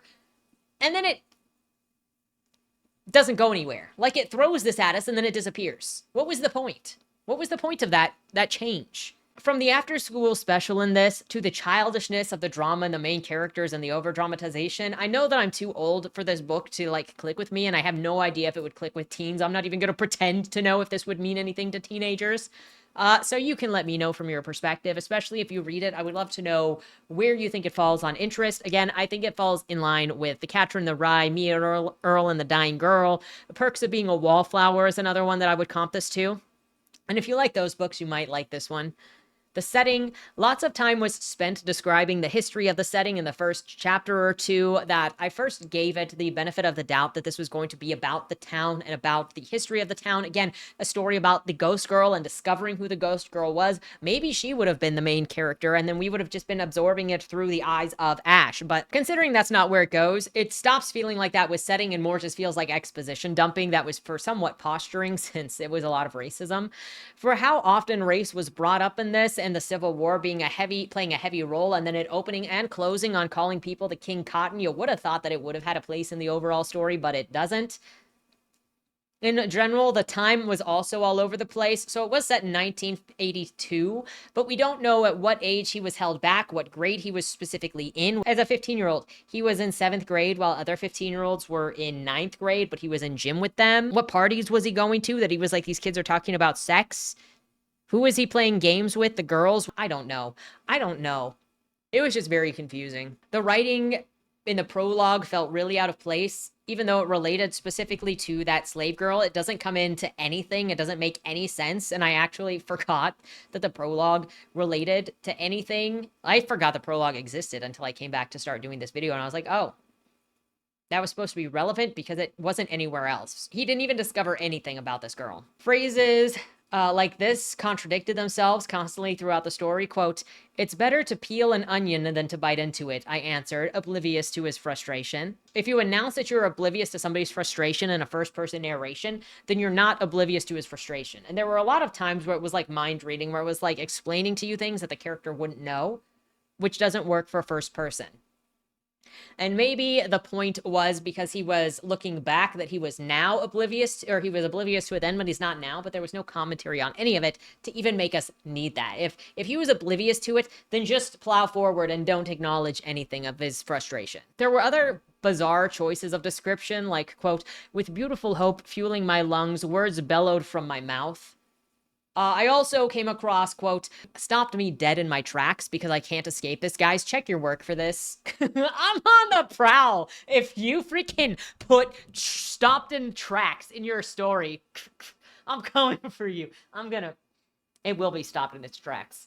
And then the repetition of some of the exposition, like the same thing was said about the tower, about the lighthouse, without giving new information 3 or 4 times. And it just... It slowed the pacing down. It made the tower feel like an afterthought because it just had to keep reminding you that it was there, but there wasn't anything to add to it. The pacing of this book was slow. I started out believing that, I'm not going to repeat myself again, but I started out believing that it was going to be something that it wasn't. 26% of the way in, and we just learned that this place is racist and somehow the main character is not. Somehow the main character is above everybody. But again, he's a transplant. So he came into this place and just thought himself better than literally everybody there and called them all backwards, closed-minded bumpkins. So just like, get out of here. The book didn't need to have Carlos going to the island in the first chapter because it didn't add anything. It didn't change anything. It just gave another place for him to exposit information about the place when he could have just done that with Allie when he brings Allie there. But that just pushed off the importance of this whole story being about Allie. There was more about the band and about the friends than there was about the freaking ghost. And so it's a story less about that. And I wish that this book had focused more on bringing the stories about the lighthouse and mixing it with the relationships of courting the girl, of trying to discover himself, of losing yourself, of bravery because he had to conquer the lighthouse or his interest in the lighthouse, of him bringing out the best in Allie and Allie bringing out the best of him when they're on the island, but then having to revert back to their facades of who they were when they go to school. So they like to escape to the island to go and be their true selves and go and do that discovery. And then, she was considered weird for hanging out at this place that has all these rumors that are not true about it. There was just so much that could have been done with this that wasn't. For voice and narration, the stories are mostly told via reflection. The narration is bizarre and switches between looking back as an older self and having opinions on stuff where he's informing you versus then also having a mindset where he doesn't explain anything, where he doesn't seem to reflect on some of his stupid decisions. And he also, as an adult, goes, oh yeah, I'm excusing all of this stuff that I did it. So he tries to be smarter than he is, but then he also excuses so much garbage that it's confusing to where he's supposed to be as an adult. And then the epilogue doesn't set anything clear as to where he's ended up either. And the main character is also oddly too self-aware at times and judgmental all the time. I'd say that maybe that's because he is supposed to be this terrible character like this, but and a Catcher in the Rye style character, but it didn't work for me. And I was okay with the telling style before I got to the point where it was like, okay, this is just exposition dumping. It's not, it doesn't feel like the artistic style to me. The themes of the book were individuality, identity, first love, rebellion, bullying, peers, fitting in, and I didn't see how the ghost added to any of this. I already explained many ways that it could have. For characterization, the jocks were just bad, the preps were just bad, everybody was just bad. The main character was a hypocrite who judged everybody for being bad unless they were also metal and alternative like him. Everybody was wearing a facade, and he was the biggest victim of everything, but he would also non-conform to the point of throwing fits in all of his classes and then be like, they're holding me back on purpose. It's just, I had a lot of hope, but the character was just obnoxious. He also knew everything. He passed at everything, but also failed all of his classes. So I was very annoyed with the use of Abe and the Crabnappers, who only existed at that first chapter, and then 84% to come back to explain so that Abe could say, thanks for the Vespa, you're awesome, I said that you're a different type of white person, and then he left. The ghost and the slavery thing were used the exact same way, too. It just pisses me off. And then his friends, what happened to his friends when he moved away to freaking Chicago? Nothing. We don't know. He didn't say anything about where he ended up with his friends. The book never acknowledges any sort of wrongdoing or inappropriate behavior on the main character's part. He just talks to you and says how everybody else is racist and evil and his uniqueness is the greatest and he's the nicest and the smartest and everybody glazes him the entire time. So I don't know if the book even knows. He didn't grow as a character.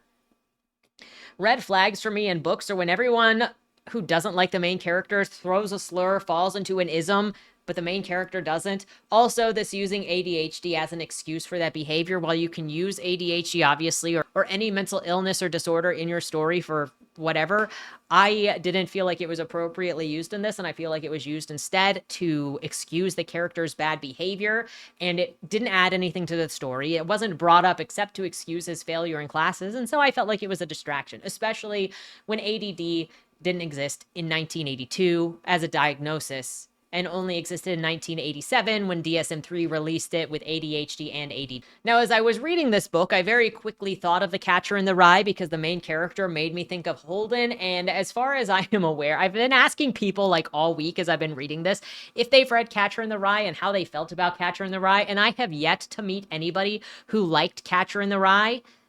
Let me know if you did. This is now in service of research. So, but it also made me wonder. It also made me think about the types of stories. So there are so many different ways in which we enjoy stories or choose not to enjoy stories or just can't enjoy stories.